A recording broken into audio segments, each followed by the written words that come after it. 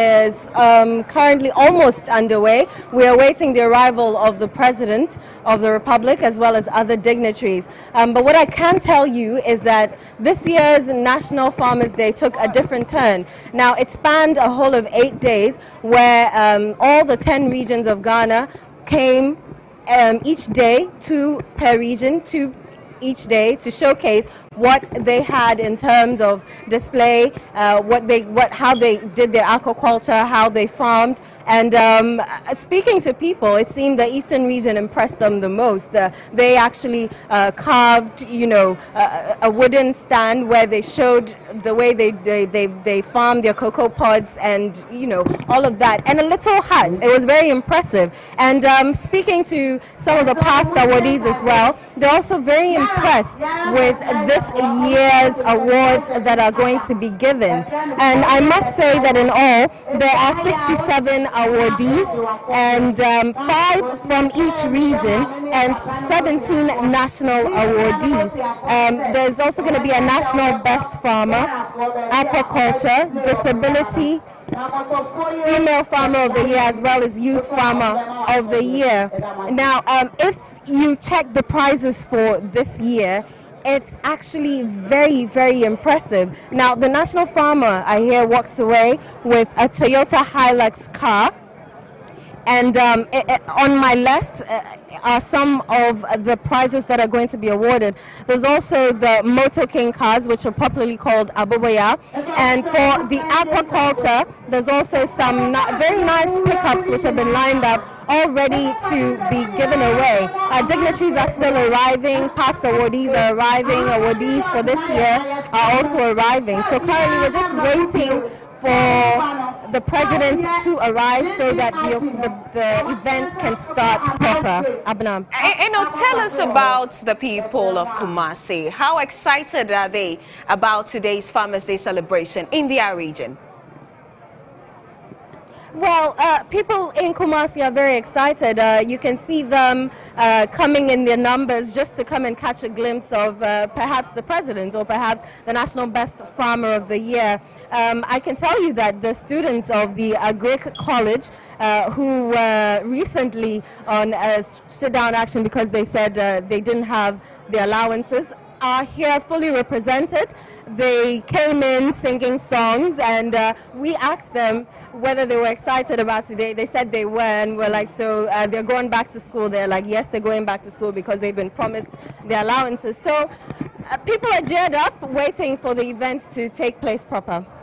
All right, we'll get back to you and have you interact with some of the farmers so we get to know what exactly their concerns are and what they are expecting as we celebrate them today. That's Eno Safo, and she joined us from the Heroes Park in Kumasi, where the national event is about to happen. They're expecting the arrival of President Akufo-Addo for the program to begin. And right here in the studio, we'll be on this journey with you as we celebrate farmers in Ghana today. Right now, we will begin our conversation here in the studio, but let's talk about the farmer, the Ghanaian farmer, and some of the issues that have emerged throughout the year. We put together this package for you. Take a look.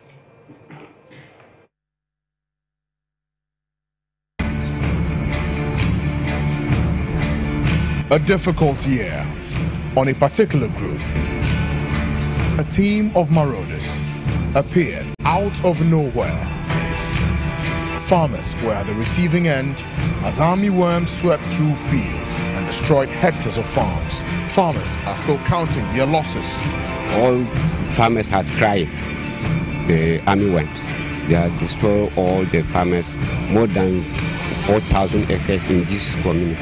But government insists it has won the battle. I would like to take this opportunity, if you may allow me, to assure the nation that the fall army worm invasion has been defeated. Are farmers poised to be celebrated? Join our coverage of Farmers' Day, Friday, 1st December, on TV and online. In Ghana, the agriculture sector employs almost 50% of the population. From fish, Meat and crop farming, the country relies heavily on the inputs of these farmers and their harvest to feed. But the sector has its own share of challenges as locally manufactured goods have to compete with the imported ones. For instance, a lot of people prefer the imported rice to the local ones, citing better taste. The sector also grapples with low levels of mechanization. Its share of GDP has decreased in recent years. The NPP government has instituted an agricultural industrialization drive through flagship programs like One Village, One Dam, One District, One Factory, and Planting for Foods and Jobs. Government plans to register 500,000 farmers under the Planting for Food and Jobs campaign in 2018, an increase of 150% from 200,000 in 2017. No, we don't have to build dams. Flowing water, you can just divert it or pump it out. You know, people have funny ideas about what dams and so. No. When we say dam, we mean source of water. It's only a simplified version of capturing the concept. It doesn't mean dams. We have water flow, rivers, the tributaries all over the country, which can easily be pumped out onto fields. You have lakes and others that can be pumped out into the field, others that you have to dig into a borehole to bring out the water, and others that we have to dam rivers and so on. So it's a whole range of things. But the minority doesn't seem to believe in the prospects of this policy.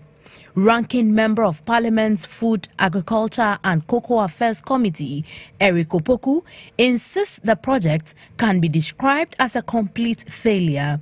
If you did 31,000 metric tons last year, and now you have a program called Planting for Food and Jobs, in which a lot of resources is being pumped into, then one would have expected that at the end of the period, increase in productivity will have resulted in reduction in imports. But that did not happen. So when you look at it from pillar to pillar to all the 5 pillars upon which the program is anchored, you realize that it has been a complete failure. Inasmuch as this effort by the government and corporate Ghana to butter the bread of farmers is commendable, it is more important to have a paradigm shift by showing the gallant farmers and fishermen how to fish instead of giving them fish.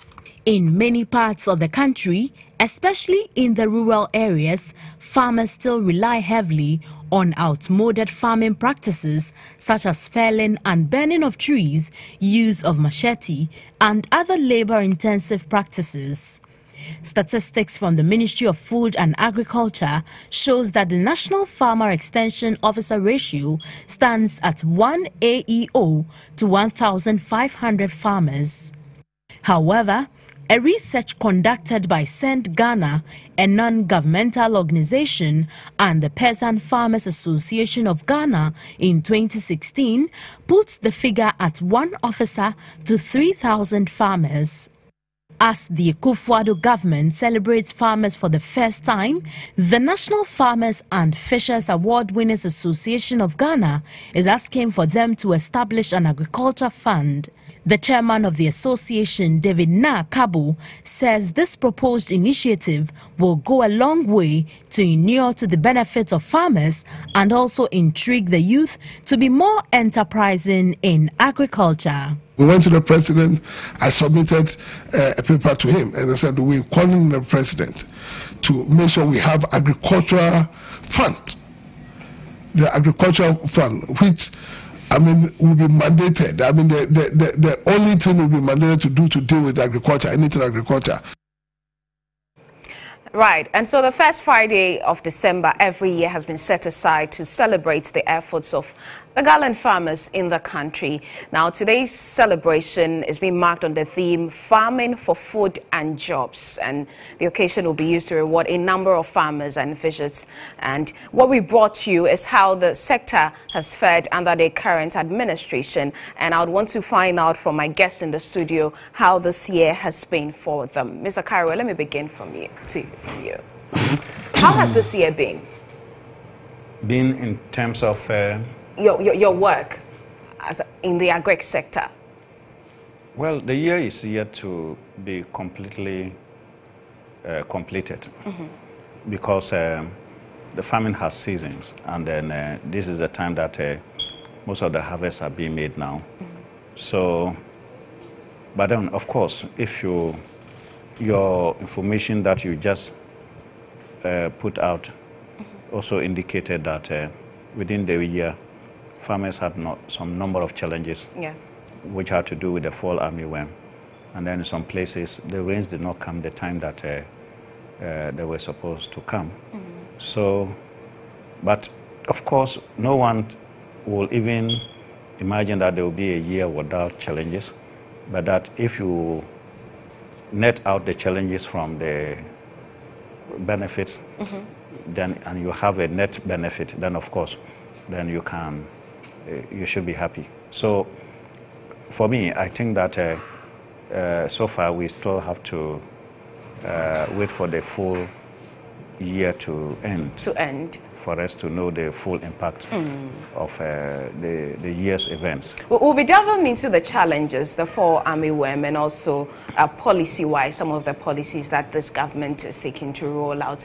But Alhaji, for you as the award winners, and even though, as Mr. Karo has said, the season is yet to end, has the conditions been favorable? Thank you very much. Like as he said, the year has not come to an end, so we don't have the statistics of the outcome of this planting for food and for job. But as he rightly said, there are a lot of challenges when we hear from our people from the ground. And tell us about some of them. He mentioned some like armyworm. The armyworm. And then also we learned the seedlings, most of them were imported into this country, and that's one of the challenges. And we have seed growers here. They were not empowered or resourced to bring the seed from, to bring it within the country. So that's one of the challenges we saw. And also the rainfall was erratic. Some area got a very good rains, other places could not get it. And also the rain started very early, some also did not start early. So the erratic rainfall also, we learned it affected some of the farmers in some areas. So these are some of the challenges I think but to conclude, maybe this advert alone, planting for food and job,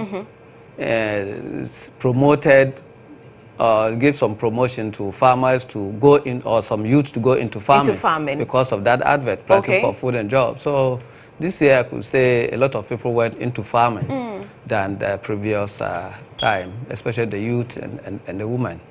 So that's part of thing I could see is a very good thing. And also the fertilizer the government gave out, some were able to buy the fertilizer because the price was reduced to a minimum level. And those things you would say were favorable, too. Bismarck, let me come to you. And this time I would want us to zoom into some of your observations as the Peasant Farmers Association of Ghana. All right, thank you, and happy Farmers Day to all farmers. I would agree with my senior colleague here when he said the year is still not over, so we can't conclusively decide or say or make an assessment of the sector. But we can also look at the past, look at the beginning of the year, how things went, and how far we fared as a nation up to this point. Of course, the government came up with its major flagship program. That's the planting of food and jobs, and that's even forming the basis for the celebration of Farmers Day. Of course, looking at it on a general level, at the overview, you can't run away from the challenges that have to do with the implementation or the introduction of the program. You know, when the program came, it came quite late. It was, you know, the budget was read in March this year, and normally the planting season is around April, May, thereabouts. And after the budget is read, there's a lot of procurement issues to get seeds and fertilizer for the farmers to use. But because of the late reading of the budget, which was no fault of government in a way, it delayed. And so you could see that there was a late procurement of seed and input for the farmers to use.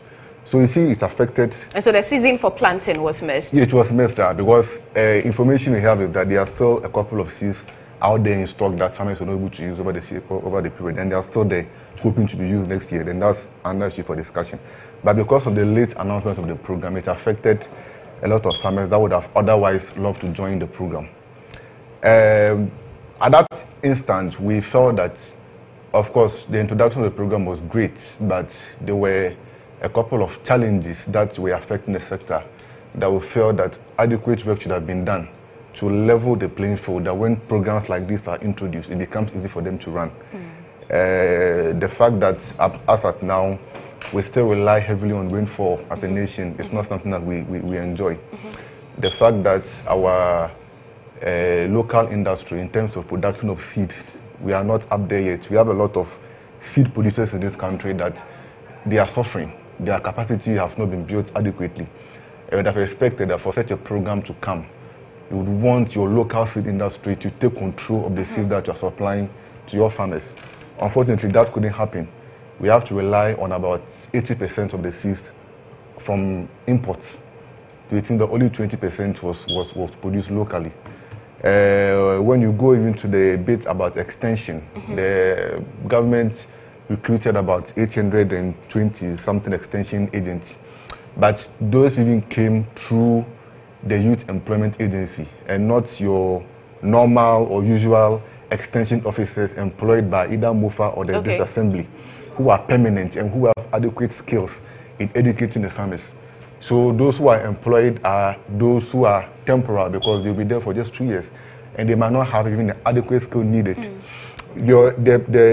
What you showed about the research that was done by PFAG and Central Ghana about extension material. That's about 1 to 3,000. And the fact that you've brought 827, we are trying to help, but the root of the problem is not solved. And even these people, as you say, they lack the requisite skills because they are not the trained extension officers. Exactly. In addition to the fact that a lot of work hasn't been done on their logistics, what's the point of recruiting someone without giving the person the tools he or she needs to go and work? Because there are a lot of districts when you go there, there are 1 or 2 extension officers over there, but they can't move. They have a motor bicycle which is not working, or they have none at all, or they have no fuel. And sometimes the farmers will have to call them and then promise them to refuel them before they come.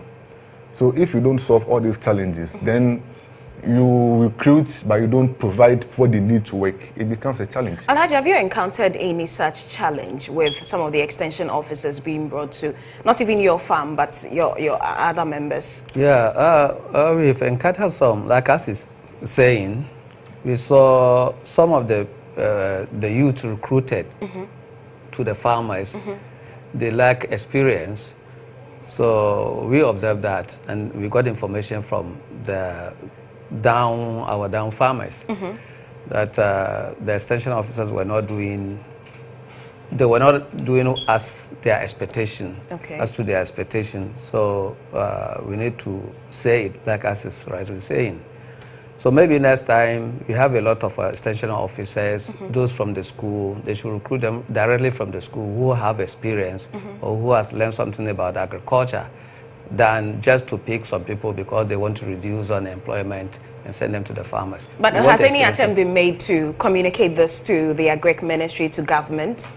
Yeah, we've been attending some workshops and meetings with the extension officers, and when we meet, we highlight these things to them. Yeah, these challenges to them, we do. Let me go to Edward. You have, in your message to farmers, you talk about the fact that enough hasn't been done by successive governments to make the lives of the farmers better, to make their work easier for them. Why? Well, we raise these issues because they are still there. So if enough had been made to address those issues and they are not there, we will not raise them. So when something is done, first we acknowledge that something is done by the fact that we said enough has not been done. But so we need to still draw government's attention to the fact that those challenges are still persistent, and they should take steps to address them. And then in whichever form they would want us to assist them, to address them, we'll do so. You know, the art of government has to do with addressing challenges and making life easier and better for the citizenry more than what was in the past. So we need an improvement in our lifestyles, and that is what you can say development. And also, you see, this country has moved into a more, I mean, what would I call a prestigious stage of development, where you can call yourself a middle-income economy. It has its own challenges, because the demands on you as a middle-income country to provide certain services and goods is far higher than if you were not like that. A developing country. A developing country. So in that respect, we are raising the issues that have not been entirely resolved, and then for government and the policymakers to look at how to address them. What do you think has been the challenge in getting the issues resolved? They are in twofold. One, we sometimes not, even where we have good policies, we don't keep to the policies to the letter. We don't implement the policies to the letter. We abandon the policies along the line.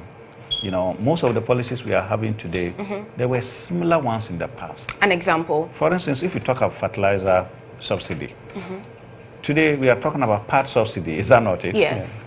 But in the past, it was, sometimes there were instances where it was completely free. So if you look at it on the surface, something that is completely free is better than something that you even have to pay part. You know, but we have moved from free to subsidized. Why is it that when it was free, it did not solve the problems? Because we did not implement it well. We had instances where fertilizers were diverted. Whole loads of trucks dispatched to destinations will never get there. We have instances where fertilizer had been smuggled outside the country. The days when they were free. The days when they were free, and even now. And even now. So you see, sometimes the worrying thing is, it looks like we are not learning from the past. Because we learned that there was about 20,000 bags of fertilizer for the Planning for Food and Jobs, which had some problems. It did not reach the destination in the Upper West region in the 2017 under this Planning for Food and Jobs. We had reports where some fertilizers were smuggled outside the country to Burkina Faso through the Paga border area there, and then Volta region and so on. One would have thought that, given our enormous experience about this area and how fertilizers can easily leave their origin and will not get to their destination, it will not have happened. But it's still happening. So that's why we think that as we continue to advocate and encourage and support government and policymakers, we can ease the challenges that face farmers. The other thing which I will think that we just need to think, you see, if you look at the pictures, farmers are still using generally hoes and cutlasses. You know, it's high time actually we found new ways of making farmers' work not too laborious as it is. You know, it doesn't look to me that when I was a child and we used to go to farm, we're using the hoe, we're using the cutlass. Today, we are still using the same thing. I don't expect my children to grow up and use that. They will simply not go into agriculture. And that will not make it attractive. They will run away from it. You see, and that is the reason why, one of the major reasons why is that the technology development within the agriculture sector is very slow. It's very slow. Because farming should not be something that you must go through this drudgery before you do it. You know, and that's why it's not appealing. So that is also one area, apart from the fact that they will supply you the inputs or whatever, even if they are available, and you still have to pick your cutlass. Even if they give you any cuttings of machetes and hoes and the rest, what are you going to use them for? It will not ease the burden on you. So that is also one major area we just need to... So you're talking about mechanized agriculture here? Mechanized agriculture, I'm making sure, because we've been talking about mechanized agriculture for a very long time. For a very long time. The question is, why are we not yet there? Because we abandoned the project along the line. Bismarck, is it that the politicians, the people who find themselves in authority, is it that they do not care? Or agriculture, let's just use it for the campaign and then afterwards we abandon the projects? That's an interesting question. You know, we in Ghana, we normally say, when you go to the books, we have a lot of books. In fact, you'll be surprised that almost everything that we discuss in this country, any plans we have them in books. Either through a law, either through an act, either through a program, either through a policy. We have them. My colleague here made mention that there have been a couple of stakeholder meetings where we requested from the minister about the intention to increase recruitment for extension. Let me just go there a bit. And the minister was very categorical. He said by the end of the year, in fact, he was very categorical, that he submitted a memo to cabinet. And cabinets have said that they are going to, you know, there's a ban on recruitment. Government is not able to recruit because of these IMF conditionalities. So he sent the memo to cabinet, and he's very certain that by the end of the year, there will be a lift of the ban with respect to agriculture, where extension agents will be recruited.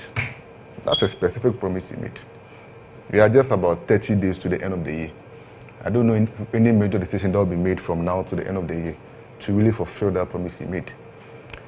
Coming back to it, it seems like a lot of our policy holders or policy makers, they know the problem, they speak about it, but when it gets to the actual work to be done, then there's a problem. And we don't know why that, we don't know whether there's this lack of political will or whether there's prioritization or what. You don't, sometimes you're not able to, just able to decipher what is actually the problem. My colleague spoke about the fact that we start something, we abandon them. Let me give a typical example. Over the years, we run what we call the agricultural mechanization centers. That's what we call the AMSECs. And the idea behind the AMSEC was that for every district, you're supposed to get one AMSEC. So when you go to the center, that center is supposed to have all the equipment that the farmer will need. The harvester, the plow, the harrower, whatsoever. So the farmers will come there and pay at a subsidized fee to access this. That was the idea. After 2016, we had about 89 AMSECs in 89 districts. After 2017, about half of it, they are not in good shape. Within just a year? Within just a year, they are not in good shape. In fact, after 2016, those AMSECs that we had, even when you go there, they are not ones that you could even rely on them or even go there to access them. Then this year, when the minister came to read the budget, he is saying government is going to establish 50 farmer service centers. The question is, what's happening to the AMSECs? What is the role of the farmer service centers? Are they not identical? Can't we just find a way to merge and see how we can improve on the existing AMSECs? Why do we just want to put one thing aside and then start something again? You see, the fact that we go and come and change, and sometimes the change our government doesn't really help in a way, especially when politicians are not committed to continue what the previous government is doing. Over the years, we've been relying, or we look up to the continental framework called the CADEP. And based on the CADEP, we developed our own FASDEP 1, FASDEP 2, we developed our own METASIP 1, METASIP 2, METASIP 3. And those documents are very, very comprehensive in terms of how we can deal with the sector. They costed every item we're supposed to do. And if every government were just to pay attention to them, just look at the budget outline, look at the cost, and then dedicate resources, would have been somewhere now. But we don't do it. But clearly, everything is thrown into the bin. We do the thing on paper, beautifully written, a lot of stakeholder consultation. We go into the fancy hotels, eat the fancy food. People think, brainstorm, draft the thing, we present it, it's approved, we all make celebrations. When it gets to implementation, everything is died. And for me, that has been the bane of our challenge as a nation in terms of agri. That has been our main problem. When you, and of course you remember, when you were in primary school and you were in DHS and you were asked about the challenges of agriculture in Ghana, you could mention them. Lack of what? Agricultural machinery, reliance on rainfall, inputs, irrigation. We are still mentioning them now. Even now, we are even increasing them. So all these years, all these policies, it's pathetic. It's pathetic. It is sometimes when you look at the sector and you look at what you can do, and you feel they are so basic, but at the top it's not being done. It becomes so disheartening, and then sometimes. A lot of people that now they say, for me, I'm tired of speaking about these issues because they've been speaking about it for the past 20 or 30 years, and there's no difference, there's no improvement. The Senate are still the same. We still tackle agriculture like a firefighting issue. We wait for something to happen. And then we rush to it. And it hasn't helped us. And talking about something that happened this year to the agric sector is the army worm. There were lots of issues and a deputy agric minister even had to resign over it, whether it has been dealt with or not. Mr. Cairo was on radio, was on TV talking about it. So let's bring you that. We're bringing you a wrap of what happened and how several farming communities in the northern region helplessly stared at their farms as the army worm just wreaked havoc. Take a look. PM in the Yendi municipality, we are on a mission to establish a case of widespread brutality involving an army officer. However, this army officer is an unknown enemy ravaging several economies on the African continent, from Nigeria to South Africa, Kenya to Uganda, and finally here in Ghana. And as it turned out, the army officer was having a field day when we finally arrived. The dreaded alien crop pest, popularly known as the fall armyworm, continues unabated to embark on a mission of destruction across several parts of this country. Several communities have been affected, and the worm has officially made a gallant entry into the northern region. And for the farmers here, they are losing out, while the weight of the country's food basket is fast reducing. This green scenery may pass for a healthy crop farm, but a closer look reveals otherwise. The worst affected areas include Bimbila, Willensi, Zabzogo, Pandai, Tatale and Yendi. Several maize farms are on the verge of destruction, while production cost is on an endless trajectory upwards. Indeed, the army worm is hitting farmers' pockets very hard. All maize farmers, all farmers has crying. Any one thing, the army worms, they are destroying all the farmers, more than 4,000 acres in this community. At Bungbalaga, a village which is 5 miles away from the Yendi township, we meet 65-year-old Muhammad Fusaini weeding and inspecting his farm after several hours of spraying pesticides. Fusaini is not a happy man because all the money he spent on pesticides is not yielding any result. He told us that his 7.2-acre maize farm is fast becoming a liability due to the fall armyworm invasion.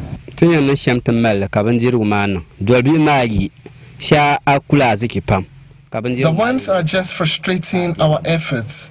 All our monies are being wasted. Government must really intervene.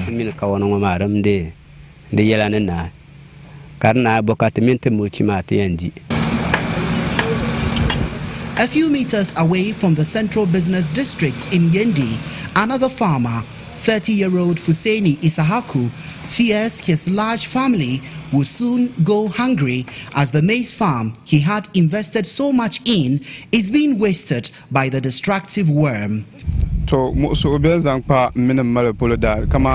It's affecting us negatively because we were going to depend on this maize, the process from here, to feed ourselves from the end of this season, from harvest till the next season. How do we get food?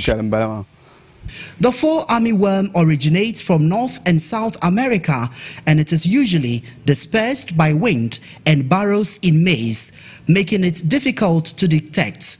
On the African continent, the pest was first reported in September 2016 in West Africa, but it has now spread to South Africa, East Africa and Central Africa, with no studies being conducted to ascertain the most effective control method.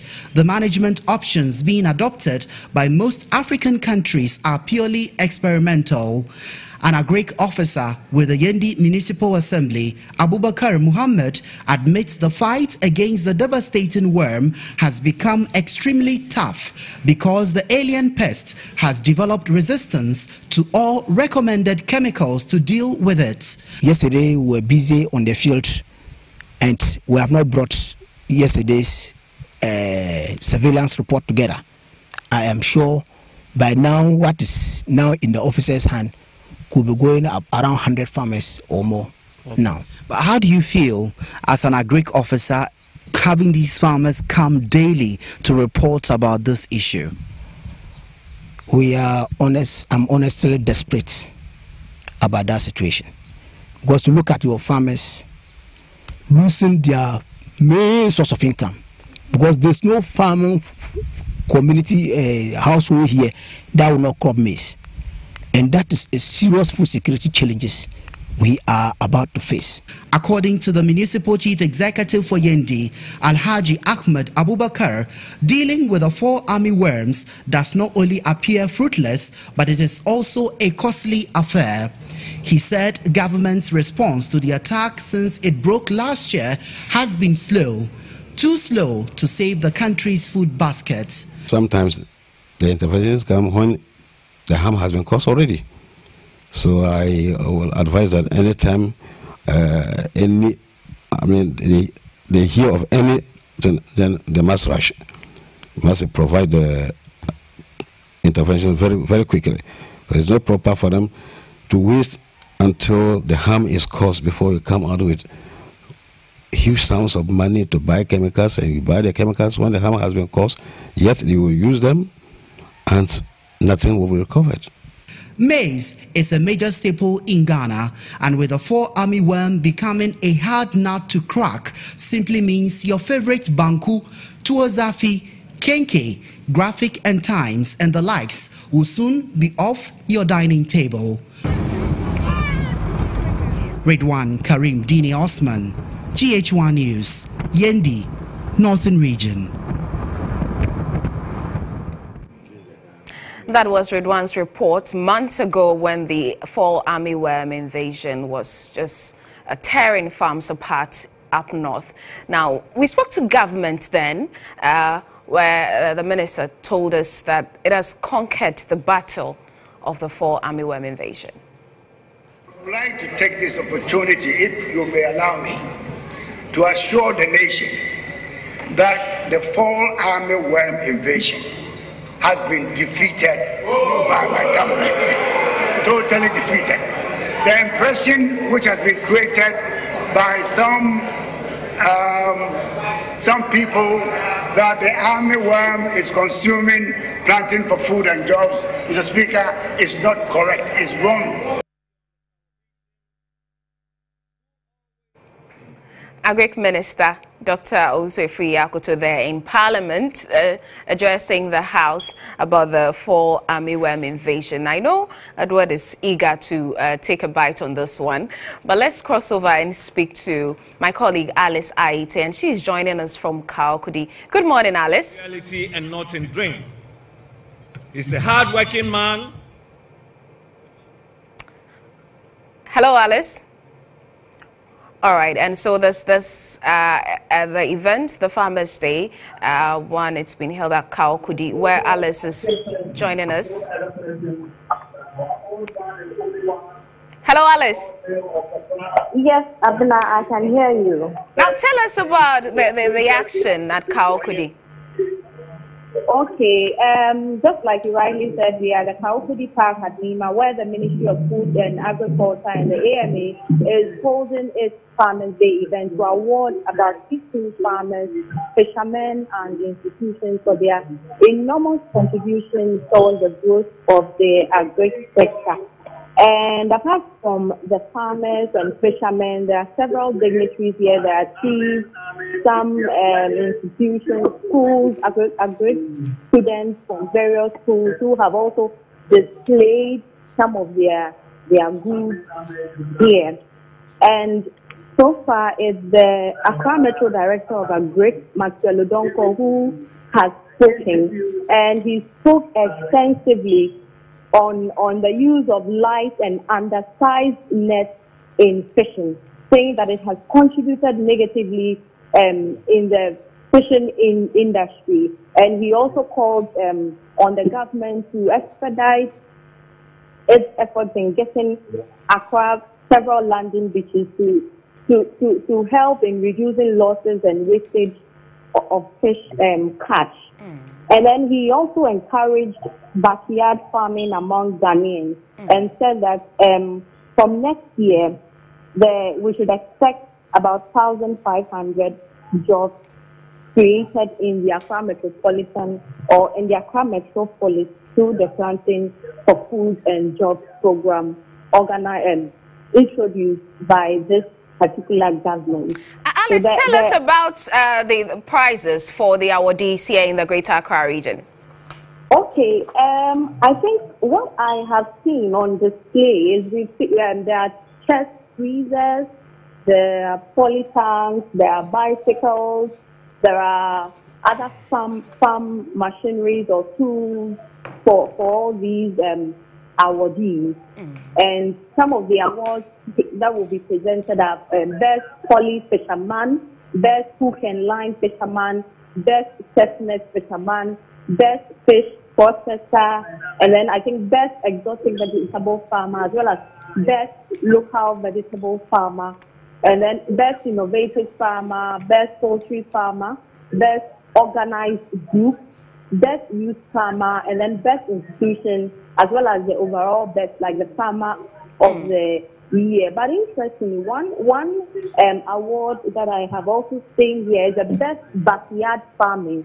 Oh, I don't know, for me, this is the first time I'm seeing something like that. I don't know whether it's been happening over the years, but it's quite interesting. But the prizes here are also, I think, better than what we have seen in some other districts or municipalities. There are chest freezers, huge polytanks, bicycles, and a whole lot of other items. Alice, before I let you go, let's quickly talk about this Best Backyard Farmer. I think it's quite new. So which kind of people are we looking at? If I have a backyard farm in my house, do I qualify? Who are the people vying for this award? Okay, we haven't spoken with any of the officials yet to tell us who or what kind of group of people they are looking at to win the Best Backyard Farming. But I believe they are looking at people, ordinary people who are not Ghanaians, but yet they are trying to grow food in their homes. Okay. And when the Metro Director of Agriculture was speaking, he also spoke extensively on backyard farming, encouraging people to do more of backyard farming. And he even said that we are going back into the days of Operation Feed Yourself. So it will be good if we all have backyard farms, or we all have farms or gardens in our backyard.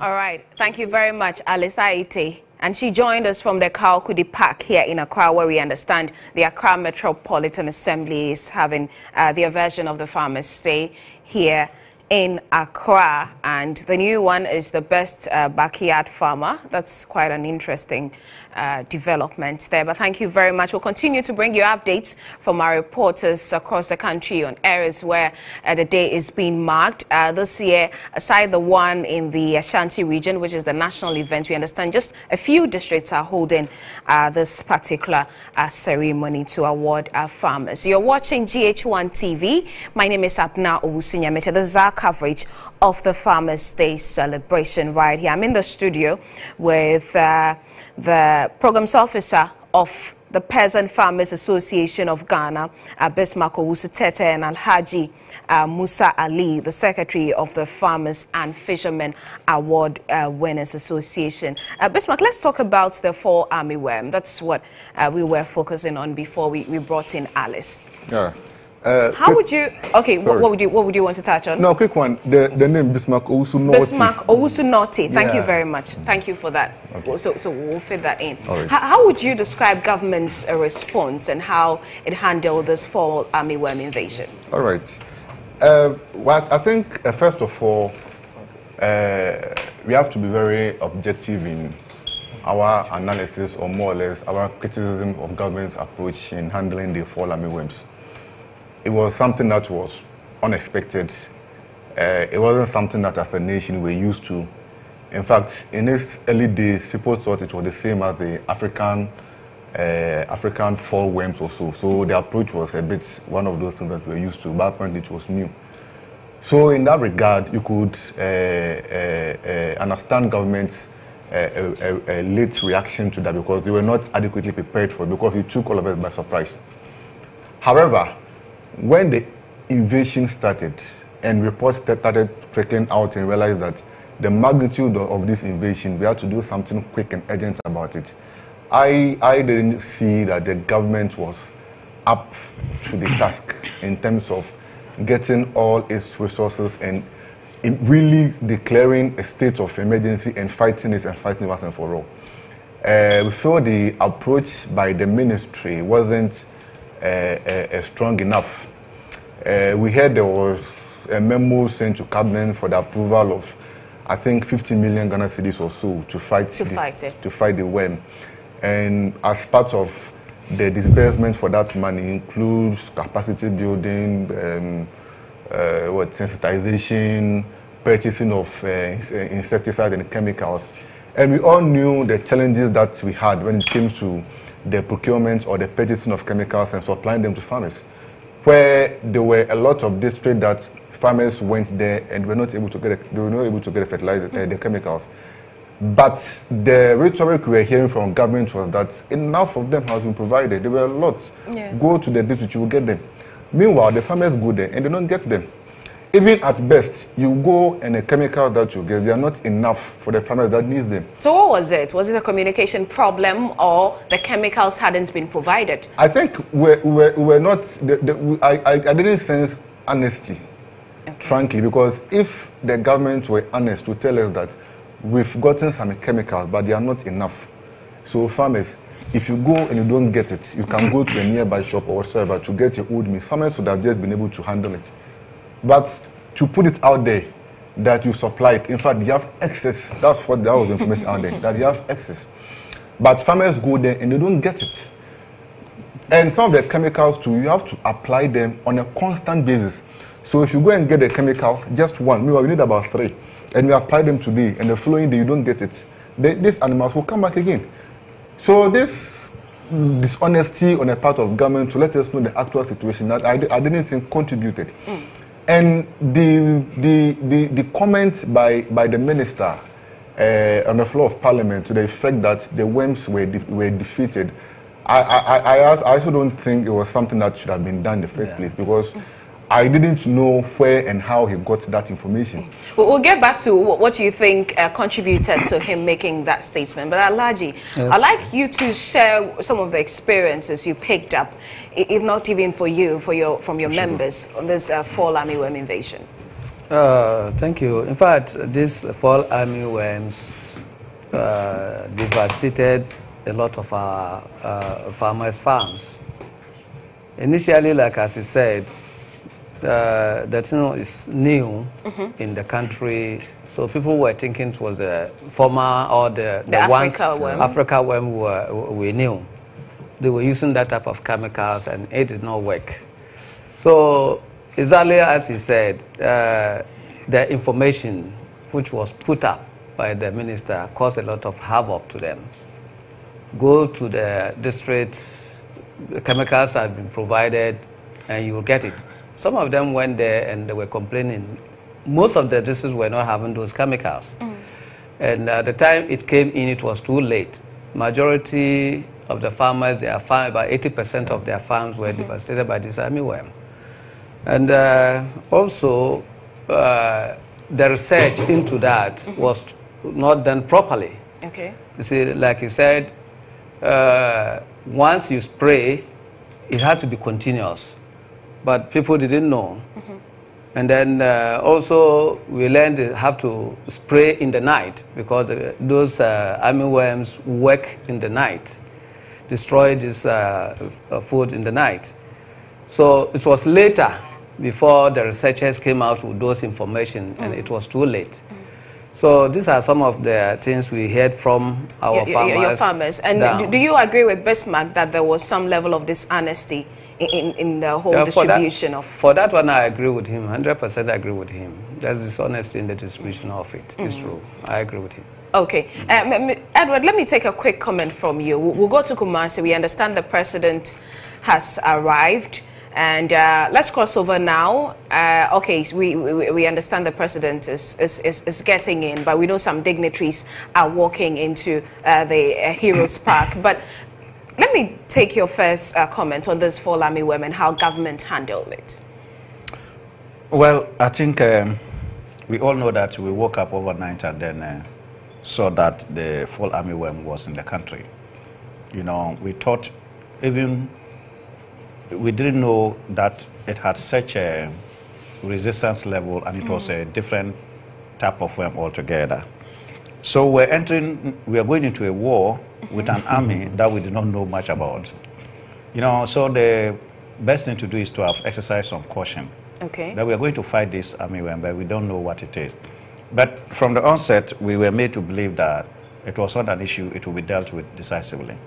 Unfortunately, when we entered the battle and then it was not happening that way, we ought to have been a bit more honest to say that, look, we're not making progress as it is. But the unfortunate statements that were made that we had defeated Army worm totally was something that was very difficult for most of us to accept. Because you can reduce it, you can control it, that is understandable, and that is subjective. What you consider as control, what you consider as reducing its potency could be granted, but totally was not the issue. Defeated.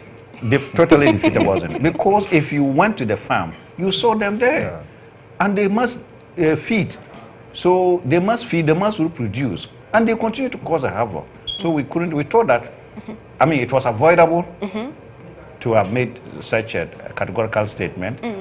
And that created much of it. And then the other thing too is that, see, the Fall Army worm, to be able to defeat it on your farm, you need not to spray less than 3 to 4 times. And we didn't get that. And we didn't get that. It's so sorry to cut you in, but viewers, on your screen, you see the president being ushered in to the Heroes Park, where the national event, the Farmers' Day Celebration 2017, is taking place. It's on the theme Farming for Food and Jobs. Many things for food and jobs under this NPP administration. So that's what you have on your screen. The Ashanti Regional Minister, we understand the president will follow suit. So that's the Ashanti Regional Minister, Simon Osei, and the Minister for Food and Agriculture, Dr. Owusu-Efriyi Akoto. Mr. Cairo is very, very good friend, and he's with the president. We are getting to the Heroes Park now, where the Farmers' Day celebration is taking place. And we understand there's a new one today, Best Backyard Farmer. You might want to start something behind your house and contest for that award next year. So that's what you have on your screen now, pictures from Kumasi, the Heroes Park, where the national event, the 33rd Farmers' Day celebration, is taking place right now. And this is GH1 TV. We will be with you throughout the journey as we look forward to what the president has to say to farmers, who wins the best farmer, the national best farmer, among other prizes. This year, we understand the prizes are quite juicy. We'll get into that. And some people also think that setting up just a Friday to celebrate farmers isn't enough. And I know Edward shares in that view. And so we'll also delve into that. But you can join us via any of our social media platforms with your well-wish messages for farmers. If you have any questions for my guests here, they work with the farmers. They are farmers themselves, the Peasant Farmers Association of Ghana, the General Agricultural Workers Union, and the Award Winners Association. We'll delve into some of the challenges they face specifically in their sectors in the course of the conversation. But you're welcome to join us. And thank you for tuning in to GH1 TV. Mr. Kaira, so let's continue talking about the handling. So you say, do not say it has been totally defeated. but it has been controlled. Does it really matter if we are fighting it and we say it's been defeated? Yes, it matters, because it gives, when you defeat something, it means that it is no more an issue. And if it's no more an issue, it has implication for policy formulation. Because you cannot be talking about something that is not of an issue. So it was going to close any space to formulate policy to ensure that the fall armyworm does not come back at all. So that's why certain statements and certain gestures, we are worried about them, because you can't make a case again at cabinet or anywhere that you have the fall armyworm, we need to commit resources to it and so on, because it's no more an issue. So we have to move to where there are issues, not what is no more an issue. So that is why we're worried about it. You see, the fact is that the fall armyworm situation is like having a malaria. You need a dosage, and which will be taken over a period. What the farmers actually felt on the ground was that they had chemicals to do the first spraying, but the second spraying, there's no chemical again. The third spraying, there's no chemical again. And probably the fourth spraying, there's no chemical again. Now, when you do that, you help the worms to gain resistance. So we could situate the issue on this. One, those farmers who even have the chemicals had it only for one spraying or twice. But you need to have the chemical for at least 3 times spraying, you see, which they did not get. Not to talk about those who never got at all. You see, so we hope that we will learn how to manage our disasters. But what was the general feeling among the farmers, hearing a minister say it has been defeated, and then you look at your farm and the havoc that the fall armyworms have wreaked? What was the feeling? You see, one thing you can talk about the farmers is that they are very resilient people. Farmers are resilient. They've got the character to fight on their own. It is only when they are unable to address their issues that they probably now need government to support them. Because the farmers have been managing their own farms, buying their own chemicals to control their farms. But this was a disaster. This was an invasion. It was beyond their control. Nevertheless, they were still fighting it. So if government is coming to support them, they will. But even if government did not come to their aid, they will still fight on until they find a solution. And that is why the farmers also decided to prepare their own pesticides. And that wasn't good enough? No, we won't say it is not good enough. You see, the only thing is that you don't write off indigenous knowledge. Anyway, but did they work? It worked to some extent. But when something is working, it does not mean it will not trigger more problems for you. It can cure, it can solve the problem today, but generate bigger problems for you in the future because they are chemicals. Now, what I will propose and thinking going forward is that our research institutions should work alongside the farmers, try to look at their indigenous knowledge, see which of the chemicals they put there which are not good enough to be put there. Either they withdraw those ones and then or replace it with another one and come up with an indigenous approach of dealing with the fall armyworm or worms in general. Is there any form of collaboration at all, Bismarck, do you know, between the farmers and these research institutions? A collaboration between, well, if there is, I don't know. What we know is the research that goes on is at one side and the farmers at another side. And a lot of our attention or the research, in the first place, the research institutions, they are poorly funded. So they have to rely on donors. Now, each of the donor who is giving you the money has an agenda. So the donor is funding you to pursue an agenda. So if that agenda is not in tandem with what the farmers need, then it means that whatever they are producing will not be what the farmers can use. So the research work they are going on but they are not going on to reflect the needs of those who need them. There are some cases where this research work, they've done a lot of variety on cassava, maize, and they are all lying on the shelves because there's no connection between that research and the end users. How we are even able to establish and ensure that this research work that has been done is brought to the attention of the farmers is another challenge on its own. So these works are done and they are put on the shelves because we don't even provide adequate funding for our own research. So that's a different ballgame altogether. So that connection is not there. Coming on the point he made about the defeatist statement made by the minister, in the budget, the 2018 budget, he said that 137,479 hectares were affected, out of which 123,232 were recovered.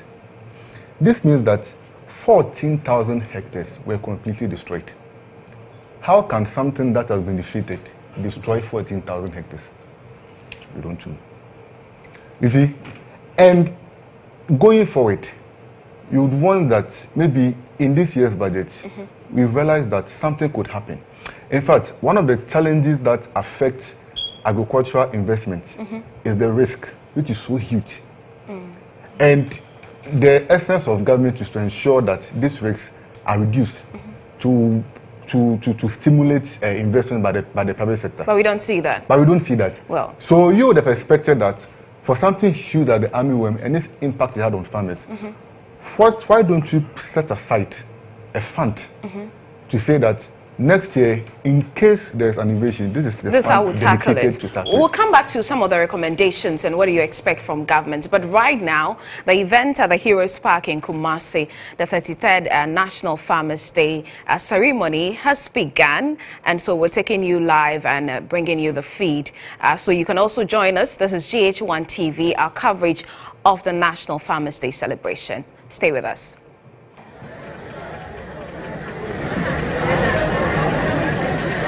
Your Excellency, Ministers of State, members of the Diplomatic Corps, Nananum, distinguished ladies and gentlemen, you are welcome once again to the Heroes Park at the Baba Yara Sports Stadium right here in the Garden City, Kumasi. Something remarkable is happening in the Ministry of Agric. Something phenomenal is happening in the Ministry of Fisheries and Aquaculture Development. Indeed, something impressive is happening in Ghana under the leadership of His Excellency, the President of the Republic, Nana Addo-Dankwa Akufo-Addo. Over the past 6 months, I have witnessed 3 major programs, all in the agric sector. Far away in the Brahafugoso, His Excellency launched the bold and ambitious planting for food and jobs. His Excellency complemented that feat with the launch of Around the Street One Her House, all the way in Echira in Ashanti region. Exactly a week today, the Vice President of the Republic, Dr. Muhammadu Bawumia, launched the 33rd National Farmers Day, which actually preceded an 8-day agric fair. Today we've gathered here to reward and award our gallant farmers and fishers. You are claimants it all under the leadership of His Excellency the President of the Republic, Nana Addo-Dankwa Akufo-Addo. A round of applause for His Excellency the President of the Republic, Nana Addo-Dankwa Akufo-Addo.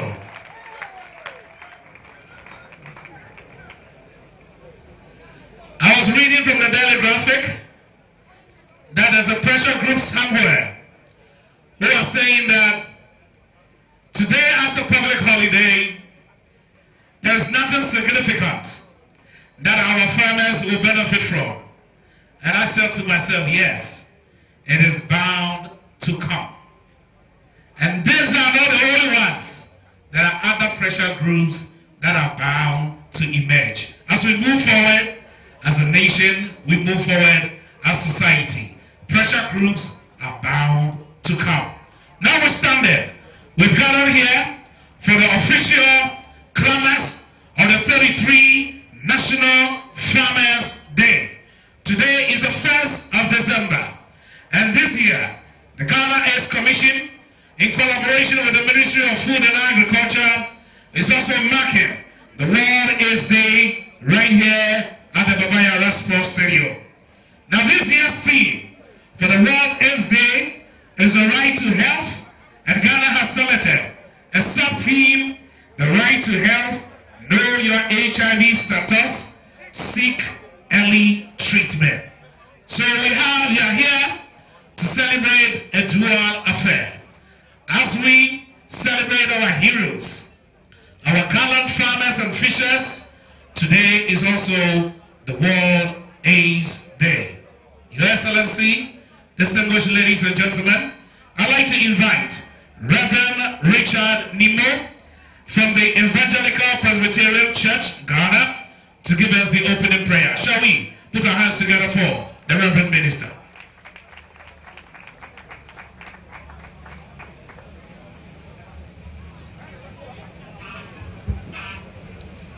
Shall we invoke the presence of the living God on this event that is about to take place? And shall we pray standing? What shall we render to the Lord as Ghanaians for all his benefits he bestows on us? Gracious and eternal God, the earth and all therein belongs to you.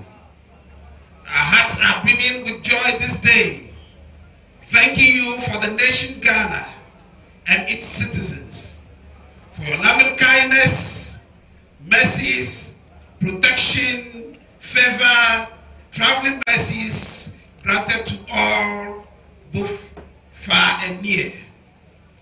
We thank you, God, for the natural resources and occupational skills and talents you have given to the citizens of this nation, especially to our dear farmers and fishers. The first vocation you gave to man, to till the land and keep it. Eternal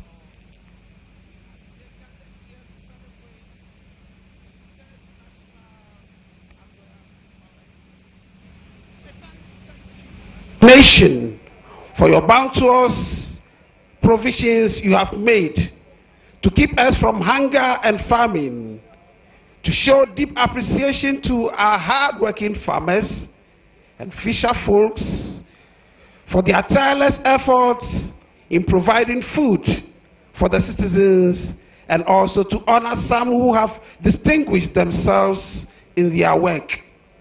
Oh, gracious God, receive our thanks and praise, because it's all by your grace alone. We pray for strength, wisdom, protection for all our farmers and fisher folks in the various sectors. Grant them real dedication to work with honesty to produce wholesome food that will nourish us to live in good health. Eternal God, we pray for good rainfall, sunshine, and all other conditions that are needed for our farmers in their rightful measure and good time. Protect our land and crops from harmful insects, flood, and all pests that destroy our crops, that will have enough to eat and to even export.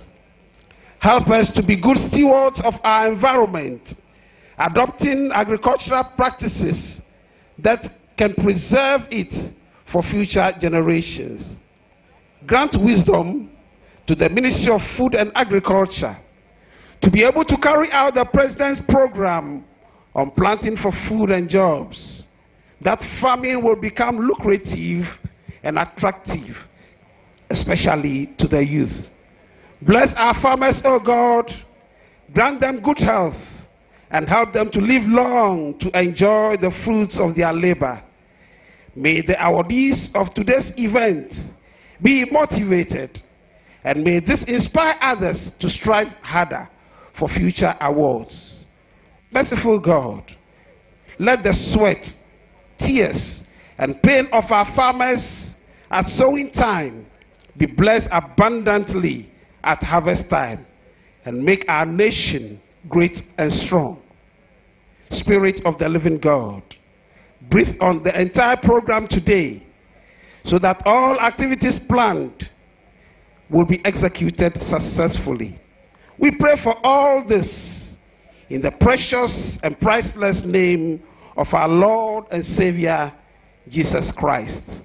Amen.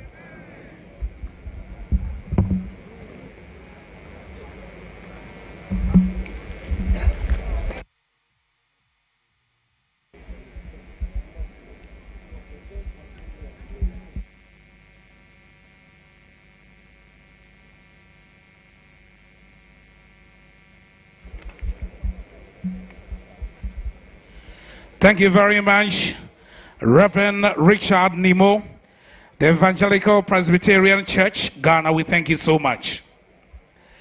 Your Excellency, Ministers of State, Nananum, distinguished ladies and gentlemen, I'd like to invite Madam Yatiwa Amwa from the Fisheries Commission to introduce our chairperson for this great occasion for us. Shall we put our hands together for Madam Yatiwa Amwa? This Farmers Day.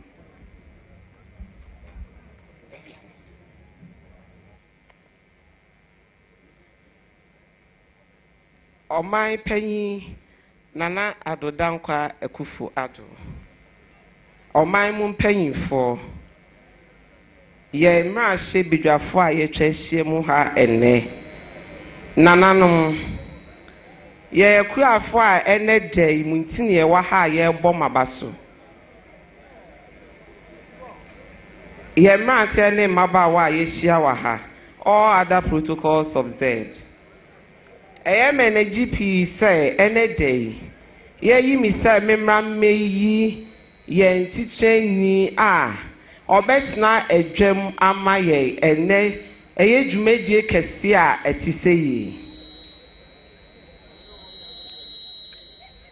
ni eye be yi no oko oyo okatachie oko school opoku wai school na ne number eye E36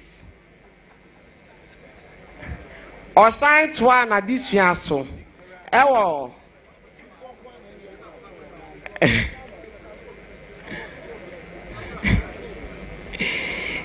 He also studied electrical engineering at KNUST, Kwame Nkrumah University of Science and Technology.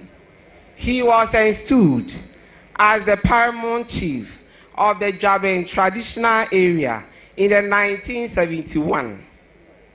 He is also the chairman of the Council of States. He is no other person than the Jaben Hene in the name of Nana Otuo Srebo. Nana,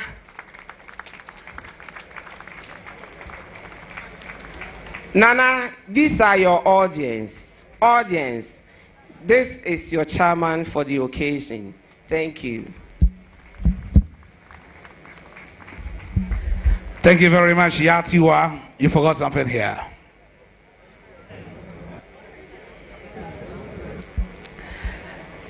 Now we have our distinguished chairman for this great occasion, the 33rd National Farmers Day, Nana Otuo Srebo, who again is the chairman of the Council of State.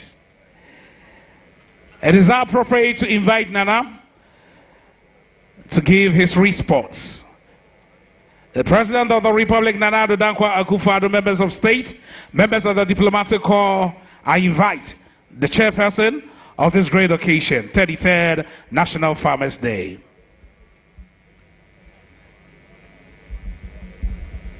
Your Excellency, the President of the Republic of Ghana, Nana Addo Dankwa Akufo-Addo, Honorable Ministers of State, Honorable Deputy Ministers, Honorable Members of Parliament, Honorable Metropolitan, Municipal and District Chief Executives, Honorable Chairmen of Boards of Directors in the cocoa sector, namely the Ghana Cocoa Board and others, management and staff of these organizations, and heads of security agencies, directors of agriculture, distinguished prospective award winners, and my fellow farmers, members of the media, ladies and gentlemen, I thank the lady who presented me for the very succinct remarks she made about me. But I would have loved it the most if she had added my accolade in agriculture. That is, in 2014, at the National Farmers Day in Sevier also, I was adjudged the best oil palm farmer in Ghana. It's a title that I covered seriously, and anybody who has the chance of presenting me at any other occasion should be minded to make this as part of the opening remarks. It is in this vein that I accepted to be the chairman of this grand and august occasion, which will be addressed by no meaner person than His Excellency, the President of the Republic of Ghana. This year's Agric Farmers' Day is unique in several respects. In the first place, it is being held at a time that the whole country has been invited to embrace agriculture by the Farming for Food and Jobs program. So the country itself is up in agriculture. And a week before this day, there was the agricultural fair which was held in at the same premises, which heralded today and which I think paved the way for a lot of networking for those in the agricultural sector. And it being held in no other place than Osekrum, I may say with emphasis, the cradle of Ghana's agriculture makes it very unique in several respects. I would like, first of all, to congratulate the award winners of last year, who will be very soon dethroned. Unlike my office, which has a life tenure, they have a tenure of only 1 year. And they should be prepared to give up their stools or their chairs, if they can be so called. I also welcome the incoming award winners and hope that their achievements will be a pattern for emulation for others. We can be crossed with a whole lot of things in life. You can decide not to watch television, not to read the papers. But if you decide not to eat, you are a sure candidate for death. And that is why we need the farmers. Even though the Farmers' Day is one event, but the farming is a process, and it is with us the year round. And any time that we take our forks or our hands to eat, we should be mindful of the effort that others have made to bring food to the table. And in this regard, it is very gratifying that farmers are honored. But I do not want it to be a one-event affair. Farmers need to be resourced, and resourced effectively. Having been in farming for the better part of my life, I know the difficulties that farmers have.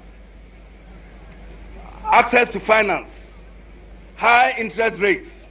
Farmers, are you not with me? Then why are you not clapping?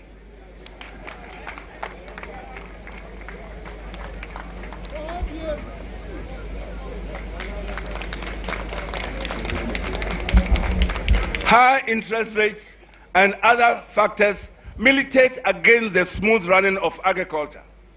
In this regard, I will plead with Excellency the President, not in my capacity as Chairman of the Council of State, which I'll do in other respects, but in my capacity as Chairman for this occasion, that just as the government was minded to raise bonds to support the energy sector, the government may as well raise bonds to support long-term bonds to support agricultural development. I'm happy I'm energizing the farmers. Please don't pick up your cutlasses, because if you did that, we'll be in trouble. But we need long-term funds to support agriculture. And if we have to make a headway and have a Marshall Plan for agriculture, we need to sit the farmers together and ask of their problems, their difficulties, their aspirations. I will offer myself as a resource person and get the farmers whatever that is needed. Maybe we may have to have new packages, new innovative ideas, so that we can bring resources, funding, and inputs to the doorstep of the farmer, who would thereby be empowered to produce and produce his best. On these remarks, I thank you very much for the honor done me by inviting me to chair this function, and I hope and pray that you cooperate, that the function goes on successfully to the glory of God and honor to his name. Thank you very much.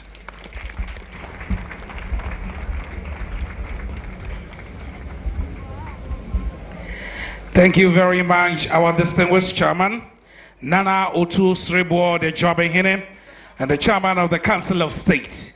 Thank you very much, Nana.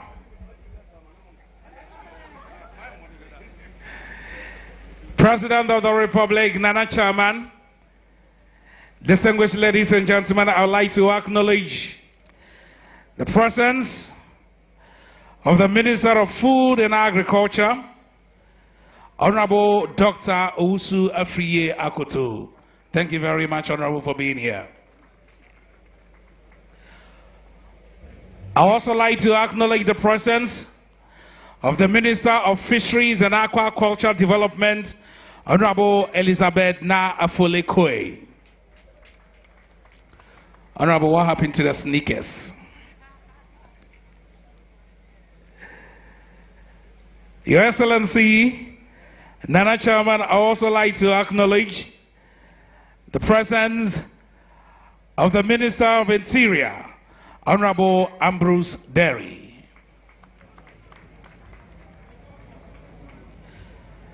Also here with us.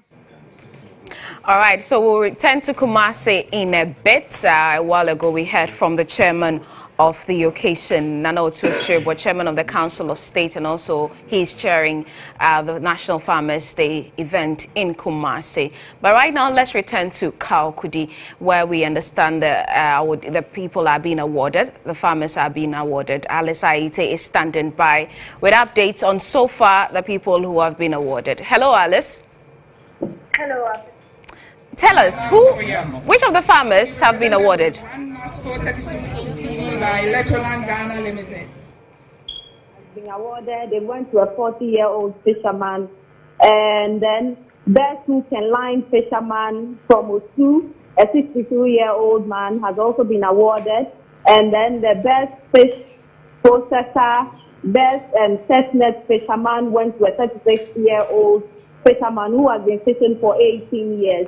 They all got water pumping machines, test freezers, in safari line and a plaque. And then the best currently at the moment, I don't know if you can see that on your screen. Yes, we can. Overall best farmer has just been awarded, and so that is what we are saying currently. And then the best youth farmer went to an 18-year-old boy or 18-year-old gentleman at Kolebu, who has also been farming. He got the best youth farmer. And then the best backyard farmer went to a 47-year-old man. He was given a wheelbarrow, a water pumping machine, pesticides, insecticides, many other awards that I mentioned to you earlier on have all been presented. Some of them got chest freezers, TV sets, and all that. But before the awards were presented, the mayor of Accra spoke. Honorable Mohammed Adesowa, the mayor of Accra, spoke, and then he mentioned that hopefully next year the assembly will pass a bylaw to ensure that people take proper care of animals, being it pets or those that are being reared for business purposes. He says that sanctions will be placed on those who do not immunize their animals or pets, and then when inspections are done and they realize that you haven't followed what you haven't done what you ought to do, necessary sanctions will be placed on you. He also mentioned that registration has started in Accra for the Planting for Food and Jobs program. And then Abina, on session 2, the mayor said canoes at the various seashores in Accra are being registered to help regulate the industry properly. You know, currently, or just a few months ago, many of the fishermen were complaining of illegal fishing on the high seas. Some Chinese who have taken over the high seas and are using lights in fishing, and so they are not helping the business. The mayor is saying that the canoes are being registered so that they can be able to regulate properly the fishing industry, and that government will soon clamp down on illegal fishing activities in the entire country. He also expressed dissatisfaction of the management of pre-mixture at the various districts and called on the fishermen to eschew politics and greed, and then to ensure that everybody gets the pre-mixture, which is originally pegged at 20 cities, but the government has taken part of the cost, and then they are being sold for 7 to 10 pesos to the fishermen per gallon. So at the moment, I think, I don't know if you are... Yes, we can see the awardees taking photographs. The awardees are taking pictures with the mayor and then the other dignitaries. Alice, thank you very much. So the event at the Kaokudi Park here in Accra has almost come to an end. We know who the best farmer in the region is, a 45-year-old, as Alice mentioned earlier, and the young best farmer also went to an 18-year-old. Let's now go back to the Ashanti regional capital, Kumasi, and check out how the national event is going. Become an annual sub-regional in the West African sub-region. We in the Ashanti region are very grateful that the region hosted the first of this innovative Farmers' Day celebration. On behalf of Otumfor, the Asante, the Regional Coordinating Council, chiefs and people of the Ashanti region, I say we are grateful for this privilege to hold this maiden form of innovative celebration of the National Farmers' Day. Distinguished ladies and gentlemen, I take this opportunity also to congratulate all the various award winners and say to them, Ayiko, your efforts have actually been recognized and rewarded, and they should motivate you to work harder to support the agricultural transformation agenda of the Nana Addo Dankwa Akufo-Addo-led government. It should also inspire other farmers to strive to win awards in subsequent years. Nana Chairman, Mr. President, distinguished invited guests, once again, I wish to commend government for adopting this style of celebration of the Farmers' Day. It has exposed the farmers to another area or other areas of agriculture and served as means to network with farmers and other industry players. I believe our dear farmers have really enjoyed their stay here in the Ashanti region, and they should continue to enjoy the Ashanti hospitality. Congratulations once again, and I welcome all of you to the Ashanti region. I say Akwaba to you all. Thank you very much, for your kind attention. May the Almighty God bless us all. Thanks. Thank you very much, the Ashanti Regional Minister, Honorable Simon Osei Mensah. Visit him early morning, as early as 5 a.m. His wife will be pounding fufu and akrantie soup. I don't know how that one works. His breakfast, his lunch, his dinner. Fufu and akrantie. Thank you very much, Honorable. The teachers will always say, if you can read this, thank a teacher. So I told the farmer, if you can read this, thank a teacher. He looked at me and said, Yaomo, omudidi mi wia, and omukekasa. Wedidi ami ewi, and okasa. And a yansu yenyaden, yen yomakasa ayiko, ayiko, ayiko. To our farmers, we say ayiko, ayiko, ayiko. We move on, distinguished ladies and gentlemen, Your Excellency. I'd like to invite the country director for UNAIDS, Madam Angela Tretton Mbondi, for a brief remark.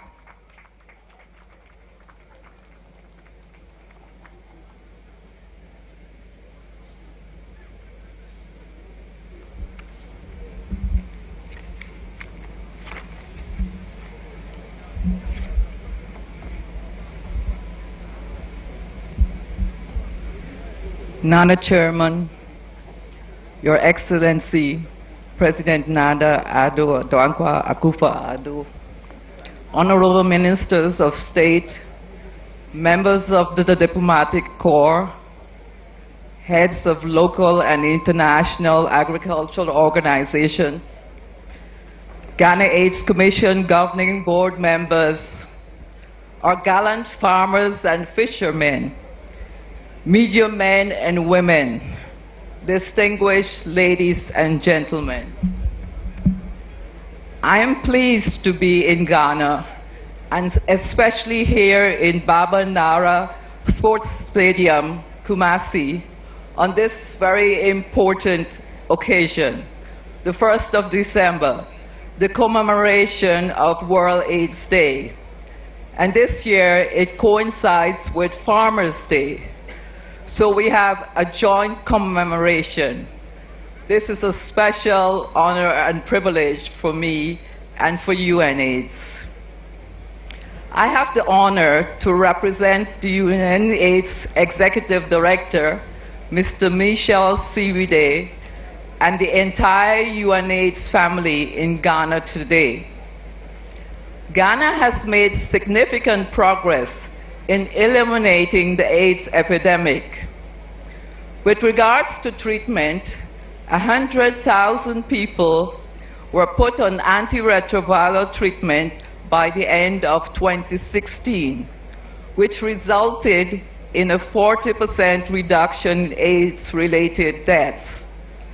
New HIV infections declined in children by 46%, but increased among adults by 49%, with a record 20,000 new infections in 2016, 17,000 of which were among adults.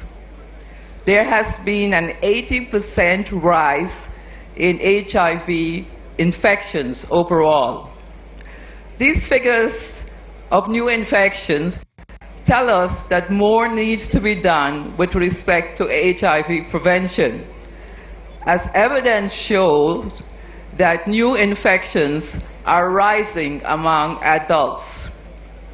Further, in 2014, Ghana Demographic Health Survey shows that comprehensive knowledge of HIV declined from 25% in 2008 to 18% in 2014 among women, and from 34% in 2008 to 30% in 2014 among men.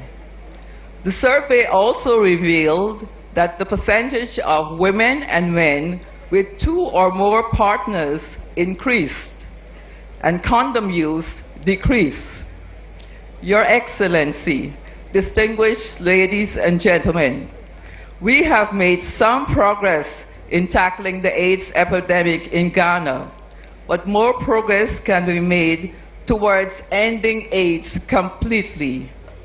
We have to take steps to catch up, addressing bottlenecks and obstacles to HIV prevention, care, and treatment. We need to work in new and innovative ways. In the nation of Ghana, we need to ensure that all children start their lives free from HIV. Young people and adults grow up and stay free from HIV. The general public is educated on HIV prevention, and that testing and treatment becomes more accessible so everyone stays AIDS-free. In his statement today, the UNAIDS Executive Director highlighted the importance of the right to health and the challenges that people living with and affected by HIV face in fulfilling that right. The right to health is a fundamental human right. Everybody has the right to the enjoyment of the highest attainable standard of physical and mental health. He noted that from the beginning, the AIDS response was built on the fundamental right to health and well-being. The AIDS community advocated for rights-based systems for health and to accelerate efforts for the world to understand HIV. He called on all of us to continue standing shoulder to shoulder with the people being left behind and demand that no one is denied their human rights. The Executive Director acknowledged that this year has seen significant steps on the way to meeting the 1990 treatment targets towards ending AIDS by 2030. Nearly 21 million people living with HIV are now on treatment, and new infections and AIDS-related deaths are declining in many parts of the world. He, however, cautioned that we shouldn't be complacent, citing that in Eastern Europe and Central Asia, new infections have risen by 60% since 2010, and AIDS-related deaths have risen by 27%. The Executive Director is particularly concerned about the West and Central Africa region, which is still being left behind.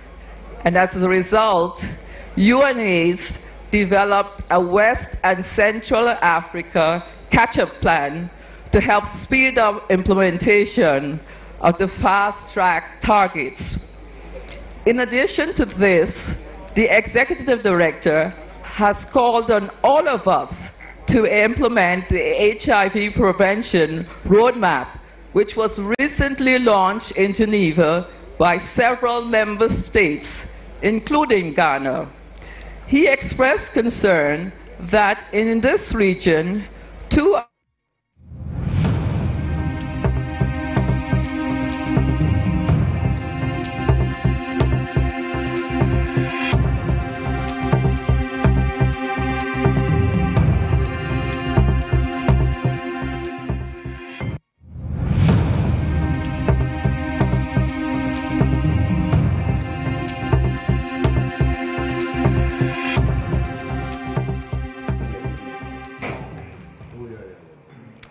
We are glad you're still here with us on GH1 TV. A while ago, there was a rep from UNAIDS, and that is because today happens to be World AIDS Day, and Farmers' Day is celebrated on the first Friday of December every year. And so there's a clash today. That's how come the rep from the UNAIDS was speaking about HIV/AIDS control and prevention there in Kumasi at the Heroes Park. But back here in Accra at Kaokudi, my colleague Alice Aite is standing by with the one who won the best farmer for the region to have a conversation with him. Alice, take it away. Yes, Sabna, like you rightly said, I am here with the best farmer for Accra, the Accra Metropolis. And can you believe he is almost 95 years old?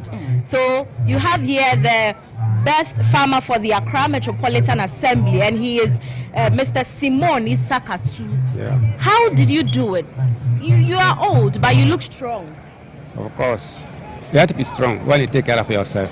Okay. I know myself like the others. Sometimes you go see some young man, sometimes smoking, drinking, all these things. It's part of the body because God will make body for you to use it as a stupid. Okay. Therefore, take care of your body. What God make it for you. Okay, congratulations. But what kind of farming do you do?